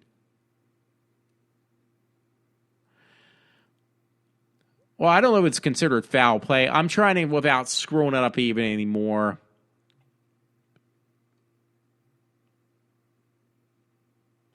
Chamber does not require the use of a mask or any other full body chambers that require use of. So it's some type of way of euthanizing yourself again, I guess, so to speak. So let's indicate being inside a cryo chamber is suffocating in the cryo chamber is the least horrible way to die at work, including being cooked inside in. And, okay, they're comparing it to the guy who got stuck in the tuna steamer and stuff. But I guess there's like certain gases it's indicating, so she might have died of asphyxiation from the gases that are dispersed from these cryo chambers. They say the investigators at the coroner's office told them they were looking into the gases Ake inhaled before her death, as well as the chamber's mechanisms, and whether she could have kept her head above the chamber to breathe. Well, even if she could they're indicating it could have been like certain, I guess, gases are given off that make the temperature that cold. could have killed her before even the cold did. But you're talking below 240 degrees. That is not safe. Yeah, here it is. You can actually look at the link. It's called rejuvenus.net, a modern approach to healing. I should probably, it's a new way of basically healing yourself. I'm not even joking. This is a real deal, too. The modern approach to healing. Cryotherapy is a local or general use of low temperatures in medical therapy. The term cryotherapy comes from the Greek cryo, meaning cold, and therapy, meaning cure. Cryotherapy has been used as early as the 17th century. Reduces inflammation and pain, accelerates tissue healing, strengthens immune system, improves blood circulation, boosts metabolism and energy levels, burns 500 to 800 calories, instant anti-aging effect, there you go, detoxification, and helps rebuild serotonin, beneficial against depression and anxiety. It kind of sounds interesting, but again, why would you do this unsupervised?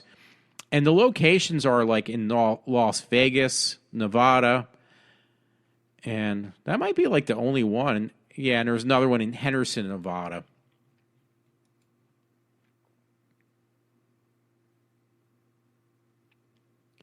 I'm looking at what it gives you like a dress thing. I was wondering if they give you prices, how much this really cost. This is book appointment, but yeah, this is a real. It's called Rejuvenus. It's a cryotherapy thing. They don't give you prices, and they give you like these model type looking people. So there's something to say about that. It's almost like cosmetic surgery, another form of cosmetic surgery now. Local, facial and cellulite.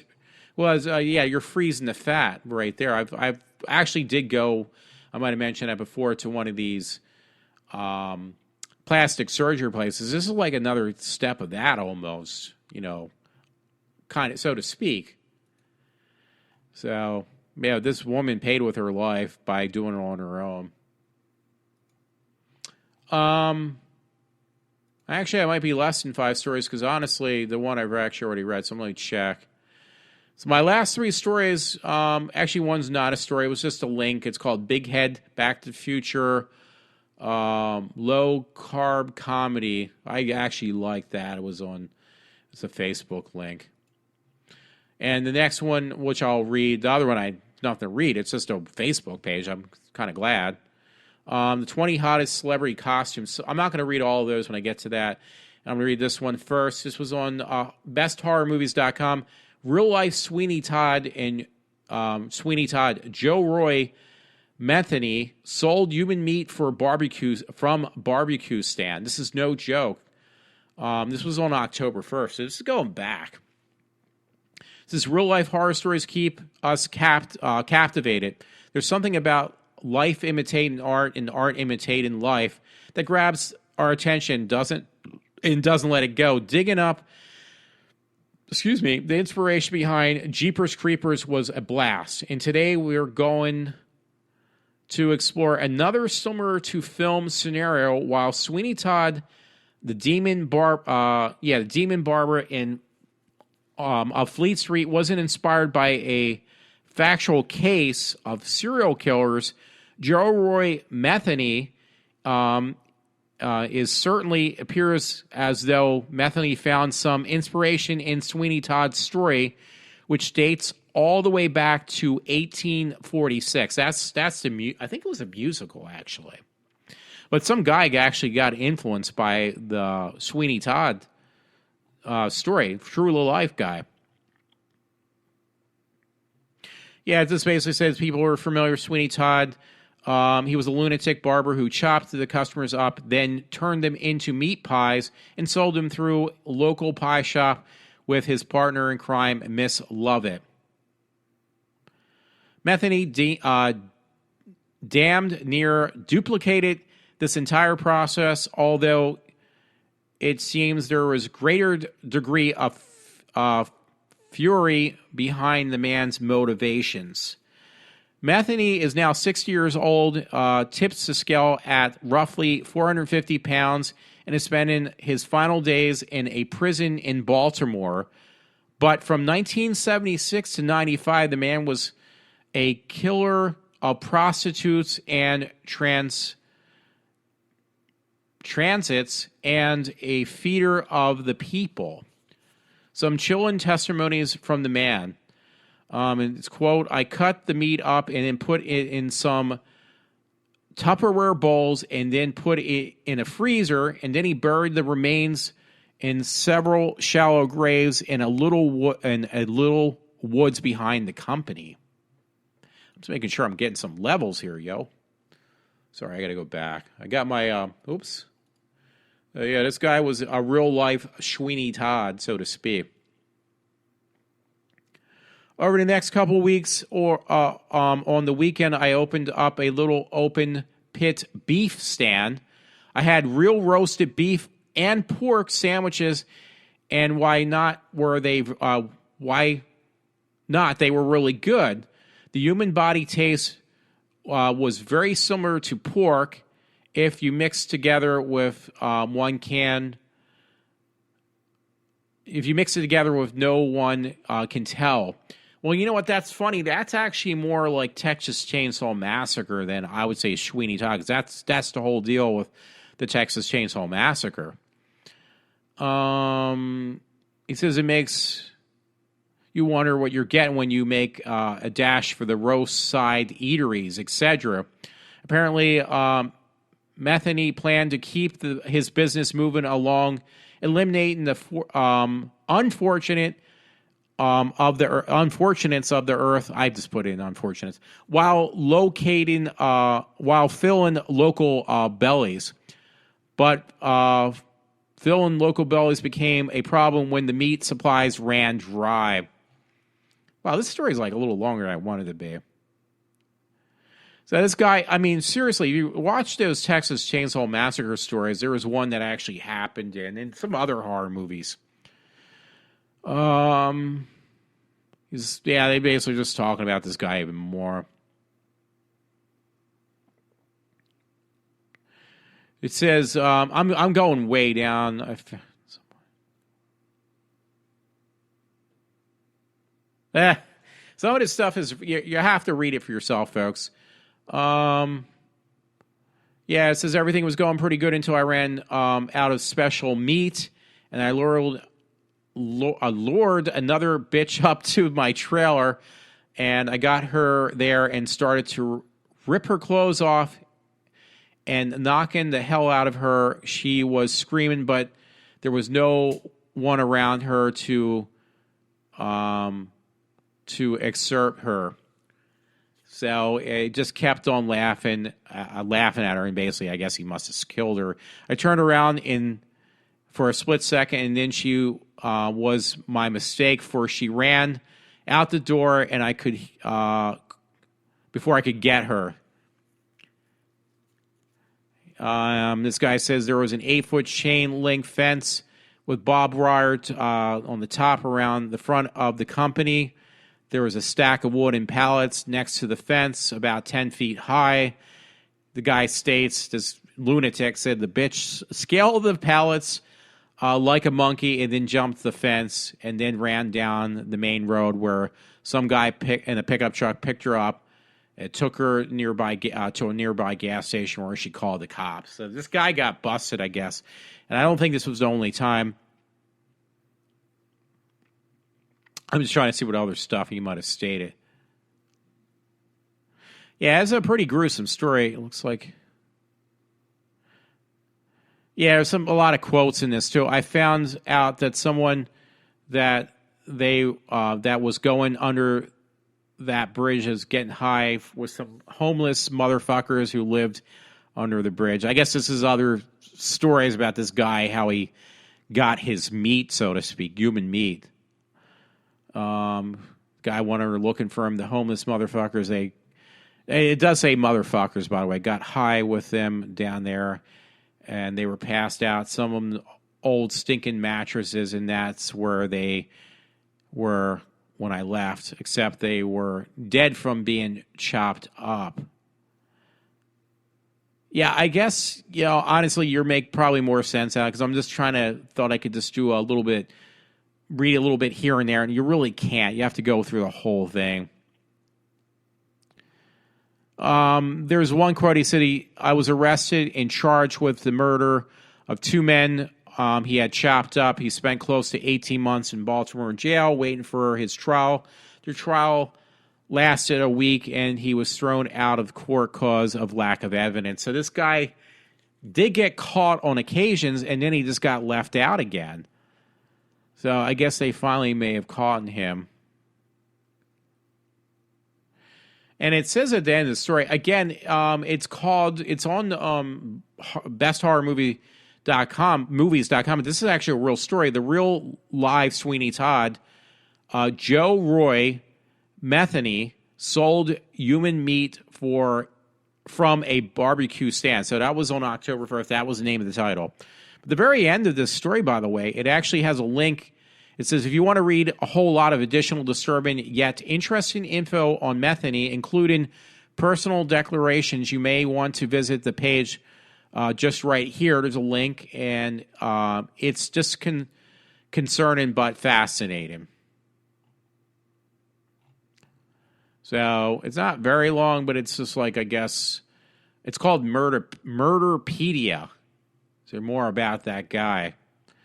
So I apologize for that story. It is pretty demented. It's probably better to read it now. I read horror stories all the way through the year, but it's more appropriate almost, if I may use that word for Halloween.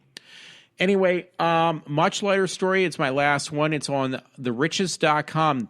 20 of the hottest celebrity Halloween costumes. And trust me, I will only read the ones I recognize or actually can pronounce their names. Carmen Electra as Katy Perry. And yes, she's got on like some really ultra tight spandex shorts, and she's dressed up like Katy Perry in blue hair. And to say the least, she is very hot looking. Rose McGowan as a French Renaissance woman is the next one. Let me see what that looks like so I can comment on it. Not that great, but I love Rose McGowan. Sarah Jean Underwood as Lilo, from The Fifth Element. Not that impressive.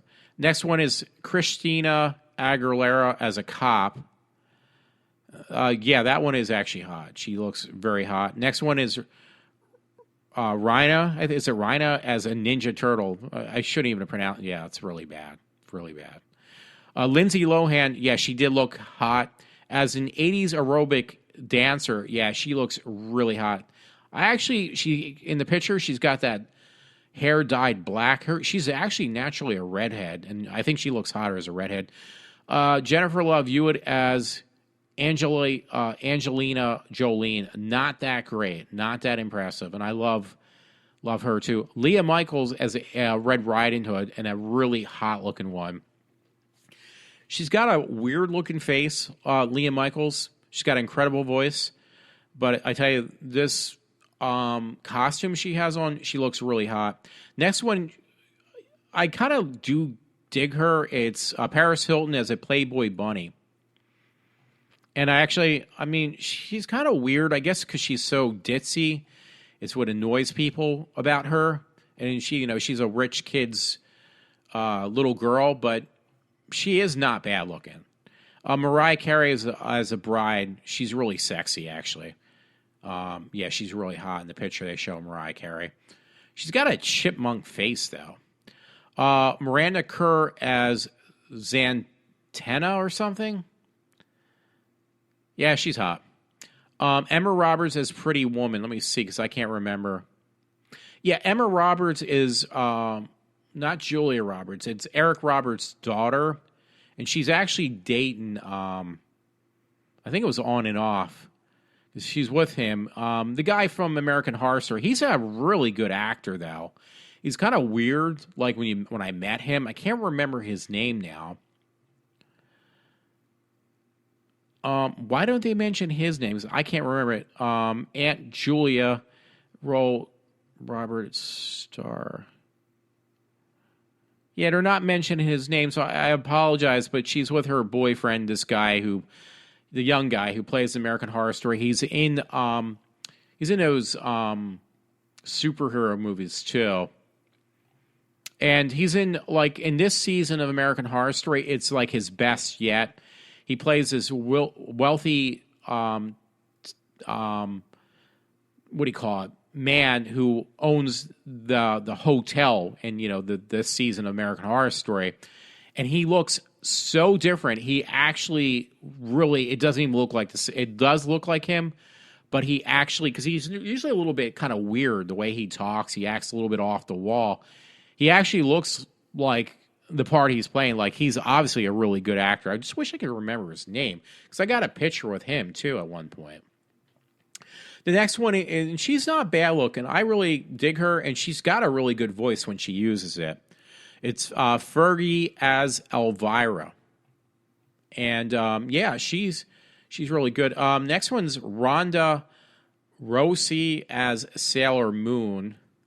Is that the way you say her name? I said I was going to mention ones I can't mention, and so far I've said everybody. Lucy Hale as Twitterbird. Lucy Hale?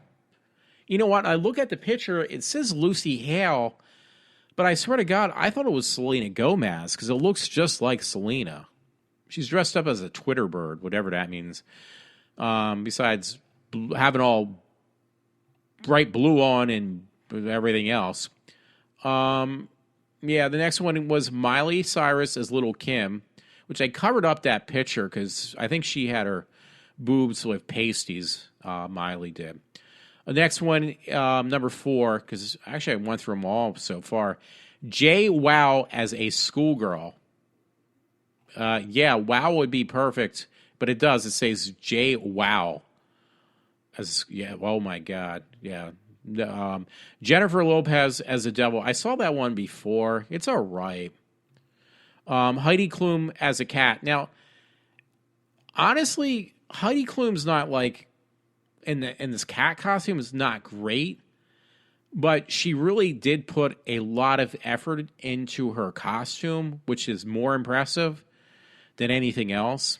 I mean, she really did a really good job. And that's the last one, by the way. So I'm done torturing people for tonight. So I hope you kind of enjoyed what I did. And if I really tortured you a lot, then I did my job. No, then I'm truly sorry. But anyway, I got to sign off.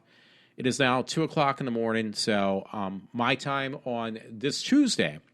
So everyone, I hope you enjoyed my show. I am signing off. I'm going to put everything together so I can finish with what I'm doing and take care of business and go to bed. So everyone, have a good Tuesday morning. It's Halloween week, folks. So I will be signing off, and who knows when I'll be back on there. But hopefully I'll get some listeners too. Alrighty. Have a good morning, everyone. It's Walter from iWalter.